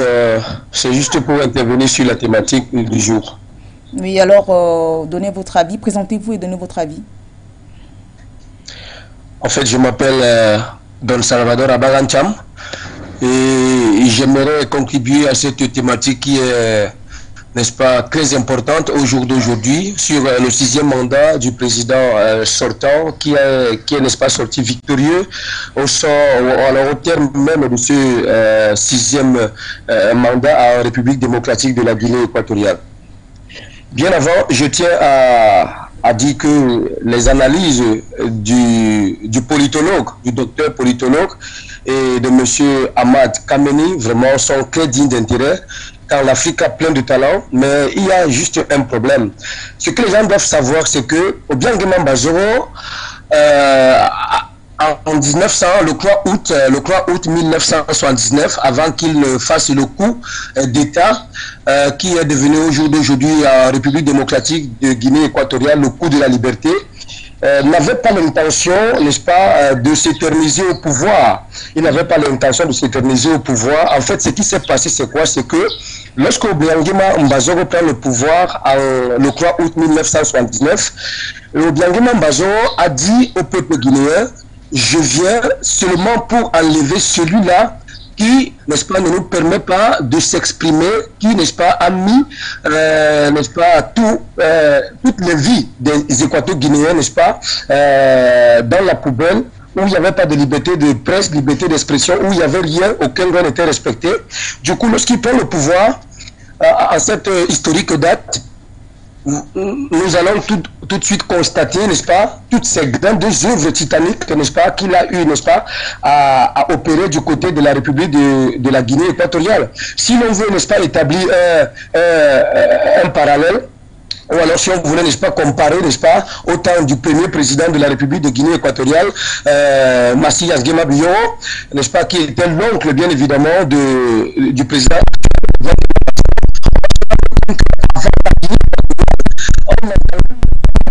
Ça n'intéressait à personne, puisqu'il n'y avait aucun développement, il n'y avait rien qui pouvait attirer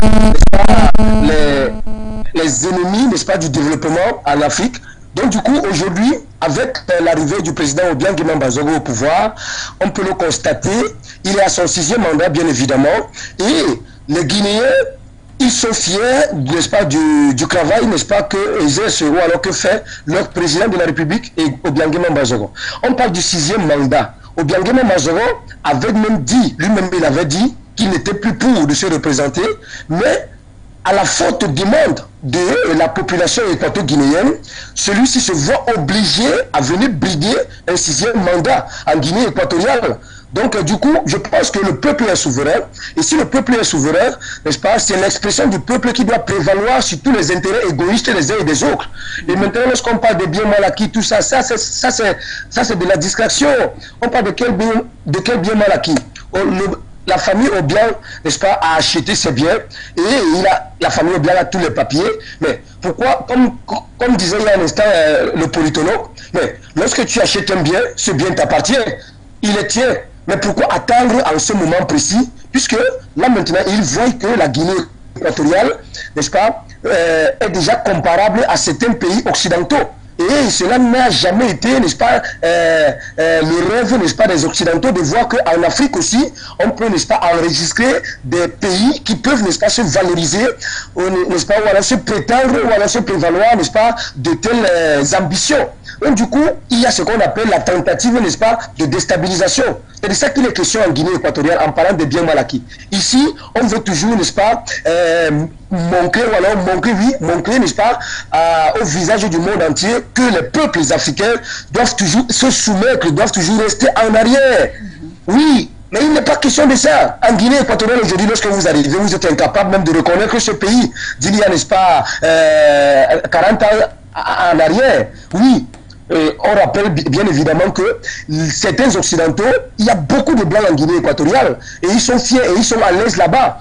Ils n'en veulent pas. Bref, ils sont comme s'ils étaient en Europe. Il y a des pays où, je veux dire, il y a des hôpitaux même de référence. Rappelons que la maman même de l'ancien président américain, Barack Obama, s'est fait, n'est-ce pas, soigner en Guinée équatoriale à Malabo, à l'hôpital appelé La Paz, qui était, n'est-ce pas, hôpital de référence dans tout le monde entier. Donc ce qu'on veut dire là aujourd'hui, c'est juste pour créer, n'est-ce pas, le diviser pour mieux régner, afin que les Africains, afin de monter les propres Guinéens contre leur président, puisque le président les a tout donné, ils ont tout. Aujourd'hui on parle de la Guinée équatoriale, par-ci, par-là, mais pourquoi on ne parlait pas de la Guinée équatoriale bien avant? C'est ça la véritable question. Donc pour moi, je pense que ce 6e mandat, n'est-ce pas, c'est la cerise sur le gâteau, c'est vraiment la continuité du progrès, n'est-ce pas, de la paix, n'est-ce pas, et de la stabilité politique qui règne en Guinée équatoriale depuis le 3 août 1979. Car rappelez-vous bien, depuis qu'Obiang-Nguema Bazogo est au pouvoir jusqu'à l'heure actuelle, la Guinée équatoriale est en train de jouir, n'est-ce pas, d'une paix qui n'existait pas bien avant. La Guinée équatoriale est en train de jouir, n'est-ce pas, d'un développement, n'est-ce pas, qui est triomphant, qui est visible par tous. Donc du coup, que les ennemis, n'est-ce pas, du progrès, n'est-ce pas, de l'Afrique, nous laissent en paix. Les Guinéens ont dit oui, n'est-ce pas, au 6e mandat du président Obiang-Nguema Bazogo. C'est une marque, n'est-ce pas, indéfectible, n'est-ce pas, de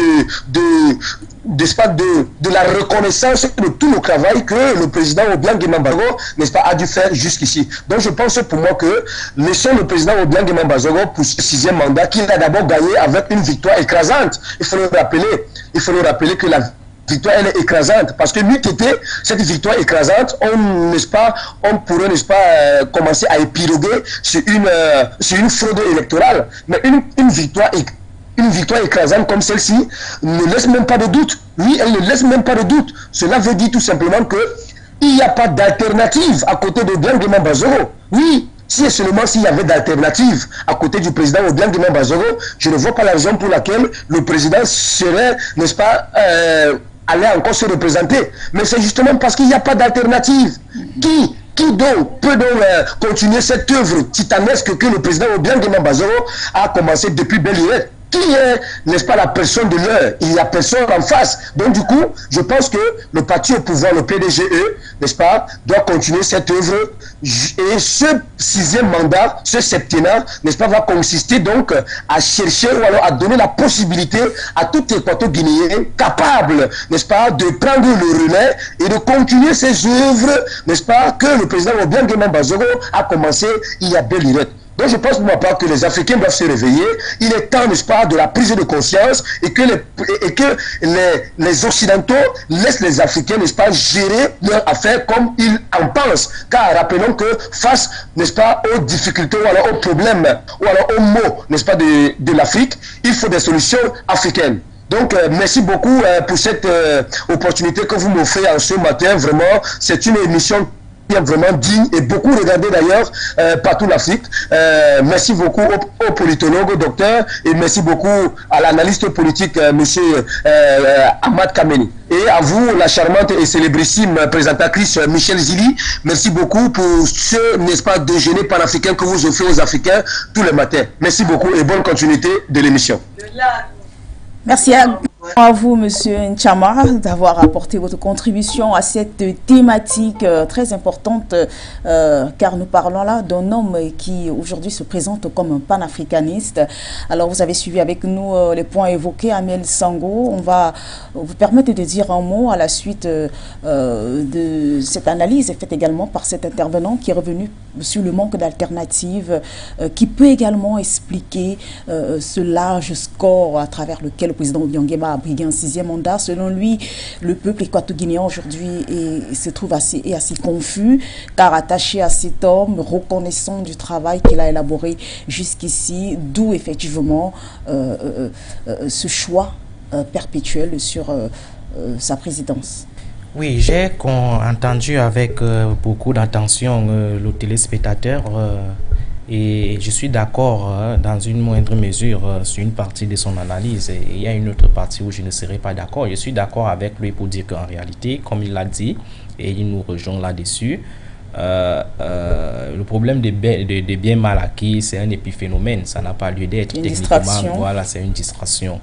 Parce qu'en réalité, si on reste même sur le plan du droit international, c'est une entorse au principe du droit international qui voudrait que les États ne doivent pas s'immiscer dans les affaires intérieures des autres États. De quel droit se permet la France de venir s'immiscer dans les affaires qui concernent un peuple souverain? Vous voyez que techniquement, même sur le plan du droit international, ça ne tient pas. Il y a deux choses qui ne plaisent pas à la métropole, et moi je vous dis toujours cela, c'est la prospérité des États africains. Et il n'y a pas autre chose qui avait tué le président Kadhafi, c'est parce que Kadhafi avait rendu son peuple prospère, c'est parce que Kadhafi avait un plan de développement du continent africain, c'est pour cela que Sarkozy l'a tué. Maintenant, pour revenir sur l'élément que je ne partage pas, c'est quoi? C'est que en réalité, c'est vrai, le président Obiangema aujourd'hui a transformé la Guinée équatoriale. Ce qui est sûr, il est venu avec une vision et il est en train d'implémenter cette vision-là. Parce que le problème qu'on a souvent avec certains de nos chefs d'État africains, c'est que ils arrivent au pouvoir sans vision. C'est-à-dire pour eux, ils pensent que la conquête du pouvoir seul suffit. Une fois nantis de ce pouvoir, ils ne savent plus ce qu'il faut faire lorsqu'ils arrivent au pouvoir. Conséquence, selon vous, dans le cas donc, du président Obiangema Bazogo, il y avait bel et bien une vision. Il y avait bel et bien une vision et qu'il est en train d'implémenter et qui est en train de donner les fruits. Alors là où moi je ne suis pas d'accord, c'est que ce problème du messianisme politique, d'accord, qui cause problème aujourd'hui en Afrique. On ne doit pas toujours penser que les chefs d'État sont des messies qui, sans eux, l'État devrait cesser de vivre. D'accord? Le président Obiangema, c'est un leader. Et un bon leader, c'est celui qui, à un certain moment donné, construit d'autres leaders pour continuer la pérennisation de son œuvre. On ne peut pas me dire que après 43 ans au pouvoir, le président Obiangema n'a pas su préparer un leader capable de relayer son travail. Donc, on ne doit pas dire au peuple africain et équato-guinéen qu'aujourd'hui, il n'y a pas d'alternative. Non, le président Obiangema est dans une dynamique et je pense que lui-même, il connaît que même s'il n'est pas là demain, il a instauré une dynamique qui pourra être, n'est-ce pas, ici, entretenue par d'autres personnes. Alors, donc, pour sortir de cette question, moi, je conçois tout simplement le problème des biens mal acquis comme étant une construction désespérée même. C'est parce que la France est désemparée, est désespérée. Elle n'arrive plus à trouver des moyens officiels pour tenir ces ex-colonies. Donc, elle construit des mécanismes pareils pour continuer à chanter, à faire du chantage au peuple africain. Et moi, je dis au président équato-guinéen et à tout le peuple équato-guinéen de ne pas rester concentré sur cet élément parce que pour moi, c'est un épiphénomène, c'est une distraction qui ne dit pas son nom. Alors, M. Benvenido, vous avez suivi l'intervention de ce téléspectateur qui est revenu effectivement sur ce large score et encore ce 6e mandat. Selon lui, ce 6e mandat émane de la volonté du peuple qui n'arrive pas à se détacher du président Obiangema, qui est reconnaissante du travail élaboré par cet homme politique. Alors, selon lui, la faute ne revient pas au président qui s'est encore présenté, mais au peuple qui en redemande et qui ne veut pas se passer du président Obiang. La faute ne revient pas au président Obiang. À la prise de parole passée, j'ai fait comprendre que toutes les fêtes nationales, le 12 octobre, la fête nationale, le président Obiang se déporte dans toutes les régions. Cette année dans telle région, l'autre année dans telle région. Ça fait de sorte que tout enfant en Guinée équatoriale de 5 ans en montant a déjà vu le président Obiang au moins 2 fois de sa vie. Physiquement, ils l'ont déjà vu au moins 2 fois de sa vie physiquement. Parce que quand cette période arrive, tous les gens se déplacent. Et quand ils se déplacent pour une région, tous les matins à partir de 6 heures, vous rencontrez le président Obiang dans la rue en train de courir avec 2 militaires. Parfois on courait comme ça, on vous dit seulement reculez, vous. Quand tu te recules en te tournant pour voir qui te recule, tu vois le président Obiang en train de courir. Disons, il est près du peuple. Il est près du peuple. Et quand un président est près de son peuple, le peuple n'a aucune haine envers ce président. Donc ils sont fiers parce que toute personne est fière de voir son président auprès de lui. C'est un honneur. Parfois, quand nous avons salué le président dans nos maisons, on fait une très grande photo. Si on pouvait même faire tout un mur d'où nous sommes placés en train de saluer le président, pour nous, c'est un honneur. C'est le peuple qui l'a appelé à cette position. Et maintenant, pour revenir, comme le docteur a dit tout à l'heure, parce que je suis d'accord avec le frère qui a appelé, le frère Tchama, comme le docteur a dit tout à l'heure, il a parlé du point que le président n'a pas formé, il n'a pas laissé un dauphin, disons, quelqu'un qui pouvait prendre la relève. Bon, moi, je ne suis pas du tout d'accord, parce que le président, il a formé des gens. Et il a demandé au peuple, je veux partir. Qui voulez-vous qu'il soit? Ils l'ont choisi. La raison pour laquelle le dauphin n'a pas pris, parce que normalement le président, ça devait faire déjà peut-être 10 ans, il ne devait plus travailler, hein. Il devait être déjà de repos. C'est à cause du problème des biens mal acquis. C'est la raison pour laquelle la France a sorti ça, pour pouvoir empêcher ce processus. Parce qu'il savait que le caractère panafricaniste du fils est plus ardeux que celui de son père. Oui, il devait oser. Donc le fils devait faire des choses qu'on ne pouvait même pas imaginer. Il devait travailler un peu comme Mohamed Kadhafi. Il ne devait pas se cacher. Il devait avoir dans sa bouche, il ne garde pas de l'eau. Quand il y a quelque chose, il dit. Alors selon vous, c'est donc une volonté manifeste de la France de ternir en quelque sorte la réputation de Théodore Nguema Obiang, souvent présenté comme une sorte de playboy, un fils à papa qui dilapide la fortune familiale. Oui, c'est dans cela. Le président, et maintenant, le peuple voit que dans cette situation, vous savez, le chef, le président Obiang, et avec ce problème, il fallait qu'il prenne un autre mandat pour pouvoir arranger ce problème. Parce qu'un autre ne pourrait pas facilement arranger ce problème, parce que c'est un problème qui concerne beaucoup plus la famille Obiang.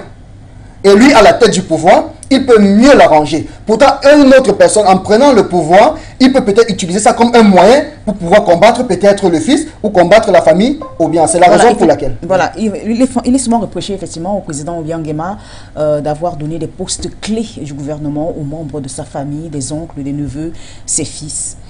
Non, ça c'est une erreur. Ça c'est l'éducation occidentale. Nous sommes des Africains. Et en Afrique, quand il y a un roi, ceux qui sont proches de lui, c'est sa famille, les gens qui ont confiance. Et je vais vous dire quelque chose, aux États-Unis, quand un président américain gagne une élection présidentielle, est-ce que vous savez que le président a 2000 personnes qu'il doit mettre dans la fonction publique? Aux États-Unis, 2000 personnes. Et quand vous avez 2000 personnes, vous allez les mettre où? Autour de vous? Ce sont vos gens de confiance. Pourquoi nous ne pouvons pas le faire en Afrique? Vous ne pouvez pas prendre n'importe qui et mettre autour de vous. Pour que votre politique soit implémentée, il faut mettre les gens de confiance. Quand dans la vie, vous avez un poste de responsabilité, les gens qui vous viennent directement à la tête, s'ils ont la capacité, le niveau intellectuel pour pouvoir gérer, si c'est une personne qui était proche de vous, que vous avez confiance en elle, c'est la personne que vous allez appeler. Vous n'appellerez pas quelqu'un que vous ne connaissez pas. Vous ne l'avez jamais vu en œuvre. Parce que quelqu'un avec qui vous avez vécu depuis l'enfance et que vous connaissez son niveau de moralité, vous allez l'appeler automatiquement. Parce que vous savez que plus ou moins, vous avez les mêmes manières de réfléchir. Il y a un proverbe qui dit, dis-moi avec qui tu marches, on te dira qui tu es. Si tu es une bonne personne, tu ne pourras pas avoir un ami qui est une mauvaise personne. Jamais. Quel que soit les cas, dans un moment dans votre vie, vous allez vous séparer. Et revenons maintenant sur le président Obiang par rapport aux infrastructures. Comme le frère il a dit tout à l'heure, la mère du président américain, Barack, c'était sa grand-mère, Barack Obama. Et sa grand-mère. Il pouvait lui déporter aux États-Unis. Mais il accepte qu'il vienne se soigner en Guinée équatoriale. Il faut connaître qu'il y a des hôpitaux de référence. Et ce que les gens ne savent pas, quand vous arrivez à l'hôpital La Passe pour vous faire soigner d'une pathologie, n'importe quelle maladie, quand vous arrivez à l'hôpital, on vous demande qu'est-ce qu'il y a, vous dites je suis malade. Première des choses, on vous amène d'abord aux soins. On ne cherche pas à connaître qui vous êtes, comment vous venez. Et s'il y a la famille, c'est eux qui vont remplir les documents. On s'occupe d'abord de vous. C'est à la fin qu'on vous dit combien vous devez payer. Et le gouvernement paye 60% des frais de l'hôpital. Mais ça, c'est osé. Un Guinéen ne peut pas mourir pour faute de maladie ou pour faute de moyens. Non. Ça ne se fait pas en Guinée équatoriale. Et pour cette raison, voyons maintenant les opposants en Guinée équatoriale.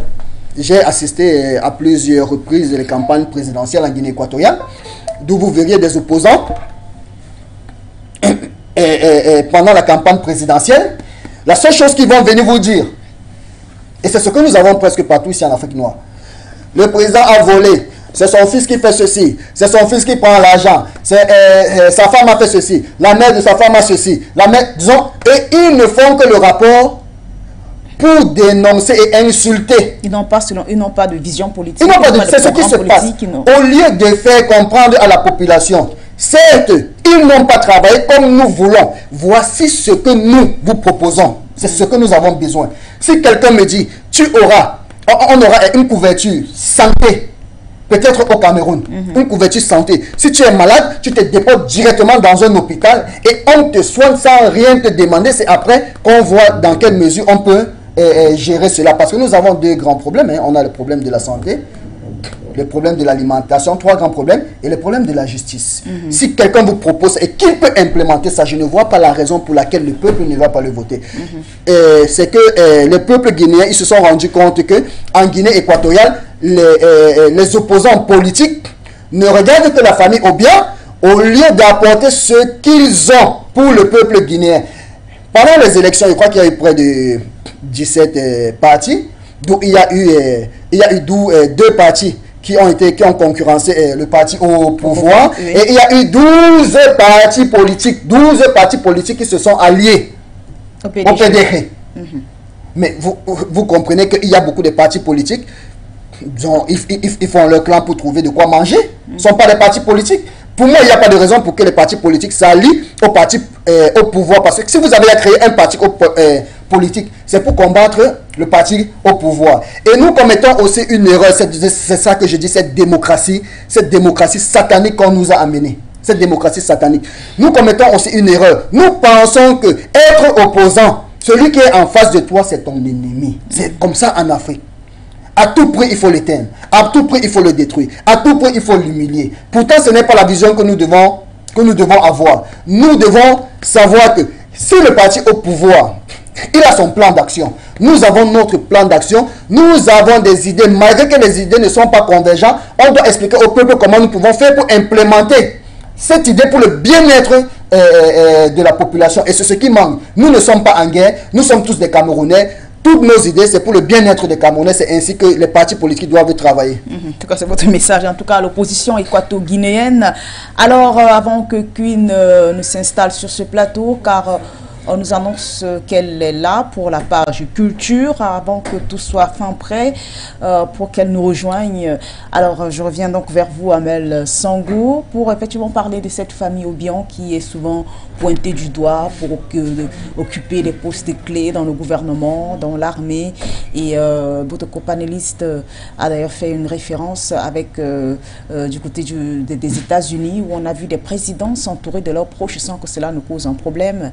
À l'exemple de l'ancien président américain, alors qui s'était entouré de Donald Trump, l'ancien président américain Donald Trump, qui s'était entouré de ses proches et qui travaillait avec sa fille Ivanka Trump et même avec son gendre, sans que cela ne fasse des émeutes, sans que cela ne fasse autant parler. Vous êtes de cet avis que c'est normal? Très rapidement, voilà. Je pense qu'on devrait sortir du schéma qui voudrait que... parce qu'on est fils du chef d'État, parce qu'on est sœur du président de la République, on ne devrait pas assumer des fonctions au sein de l'État. Moi, je pense qu'on devrait sortir de ce schéma-là, parce que être fils du chef de l'État, être sœur, petite sœur, etc., c'est également être citoyen de ton pays. Ça ne veut pas dire que tu n'es plus citoyen, tu dois être mis de côté dans la gestion des affaires de ton pays. Ça, c'est le principe. Moi, je pense que ce qu'on devrait voir, c'est la rentabilité sur le terrain. Est-ce que le fait que le président de la République ait choisi son frère pour être ministre de la Défense, est-ce que sur le plan réel, il y a des résultats? C'est ça qu'on devrait de plus en plus voir.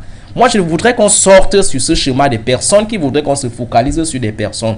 Maintenant, l'idéal est souvent que dans la gestion d'un État, qu'on puisse associer tout le monde, d'accord? On doit sortir de ce qu'on appelle la patrimonialisation du pouvoir, la privatisation du pouvoir, où on voit c'est un chef d'État qui gère le pouvoir comme une affaire de la famille, alors que le peuple est dans la misère et dans la pauvreté. C'est ce qu'il faut dénoncer. Est-ce que la patrimonialisation du pouvoir, s'il en est un, du côté de la Guinée équatoriale, prive le peuple des richesses. Moi, je ne pense pas. Moi, je pense que comparativement aux autres peuples des pays africains, le peuple équato-guinéen aujourd'hui, c'est un peuple qui a du minimum. C'est un peuple qui a de quoi manger. C'est un peuple qui est à l'abri des besoins élémentaires de base. Donc moi, je pense qu'on doit plutôt privilégier l'enjeu de la rentabilité, de la compétitivité, de la méritocratie.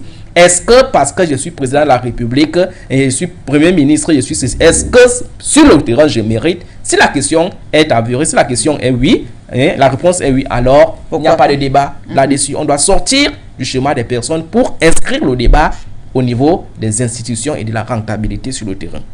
Alors, on va très rapidement donc passer la parole à Queen qui s'est installée sur ce plateau. On la reçoit juste après cette brève transition.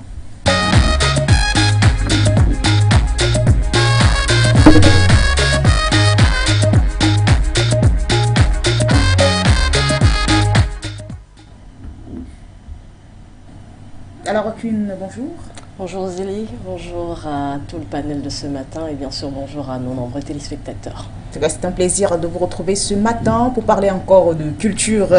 Et ce mardi, vous souhaitez nous en dire plus sur ce peuple, un peuple Baleng dans l'ouest du Cameroun, qui voudrait faire découvrir sa culture à travers un festival Ngungwong 2022. J'espère d'ailleurs que je prononce très bien. Oui, le festival Ngungwong, j'espère y arriver aussi bien. D'accord, donc on est à la période de fin d'année et on le sait, pour les congés prévus à cet effet du fait que ce soit la fin d'année, il est de nombreux festivals qui sont donc organisés, dont celui du Ngungwong, édition 2022, qui a démarré, il faut le dire d'ailleurs, le 26 décembre dernier, et qui se poursuit jusqu'au 6 janvier, donc qui démarre le 26 décembre, voilà, précision. C'est seulement dans quelques semaines. Et de quoi il retourne? Simplement, vous avez d'ailleurs en image des activités qui sont prévues. Il est prévu de ce côté également, du fait que ce soit la période prévue en général pour les funérailles, qu'une jeune génération vienne s'imprégner de la culture qui est la leur. Ça passe de la richesse culturelle, culinaire, en passant par des spectacles de danse traditionnelle, et même encore imprégner cette jeune génération à la langue Baleng. Voilà, il faut préciser donc que c'est un festival Baleng, mais qui n'invite pas particulièrement les Balins, puisque c'est également une plateforme ouverte sur le monde pour partager un peu donc de leur tradition, de leur artisanat avec le reste du monde. Donc pour cette édition 2022, c'est vraiment les petits plats qui ont été mis donc dans les grands pour offrir le meilleur dans cette partie du Cameroun, c'est-à-dire à l'ouest.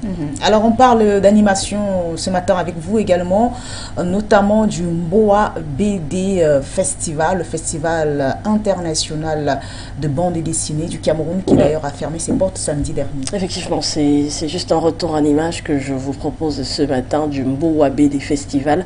C'est un rendez-vous annuel qui rassemble au Cameroun et même dans la sous-région. Il faut voir un peu plus grand, puisque chaque année sont invités des acteurs majeurs de la bande dessinée et globalement de tout ce qui concerne les films d'animation.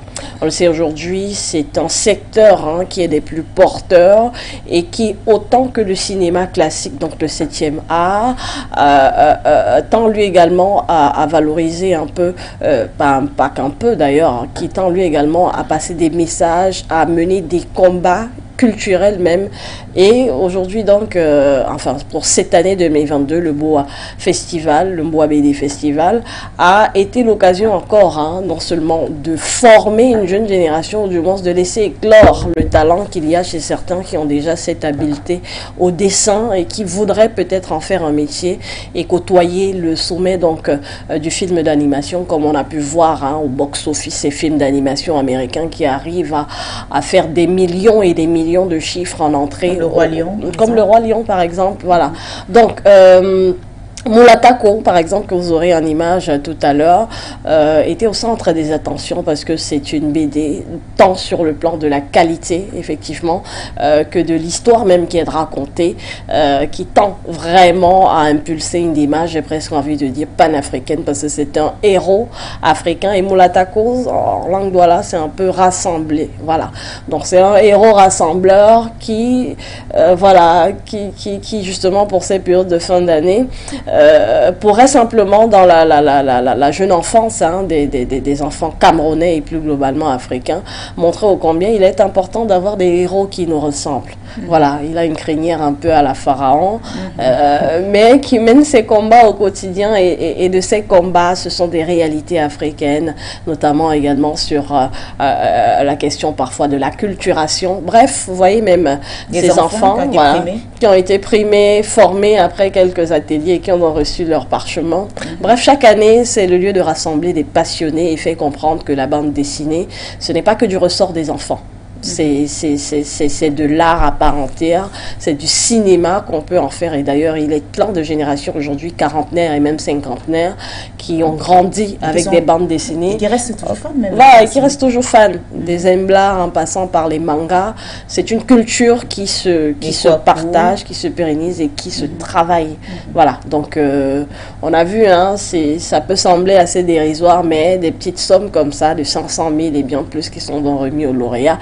Question de les accompagner un peu dans la démarche qui est la leur à faire valoriser donc la bande dessinée camerounaise et globalement africaine. Alors, on termine ce matin avec la Coupe du Monde. Vous nous annoncez que Maître Jim, le chanteur français d'origine congolaise, fera le show du côté du Qatar lors de la cérémonie de fermeture du mondial. Effectivement, ce sera donc le 18 décembre.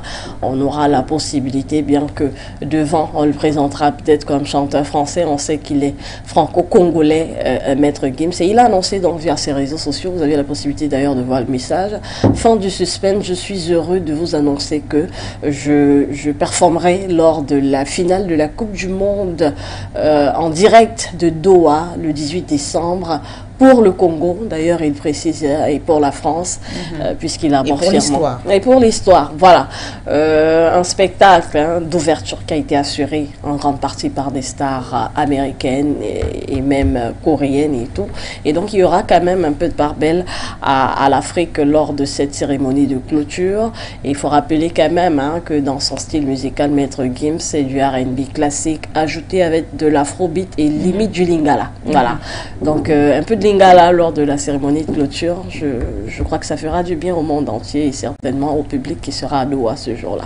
Pour le bien des Congolais aussi qui malheureusement ne prennent pas part sportivement. Le Congo sera en finale de la Coupe du Monde. Compétition, mais qui seront représentés par cet artiste d'une dimension planétaire. En tout cas, merci à vous, Queen. On a beaucoup appris comme d'habitude d'ailleurs. Merci de m'avoir accueilli encore aujourd'hui, Zili, et merci à Monsieur Sango qui hier m'a carrément annoncé. Et très bonne journée à vous. Nous tenait malheureusement à la gauche.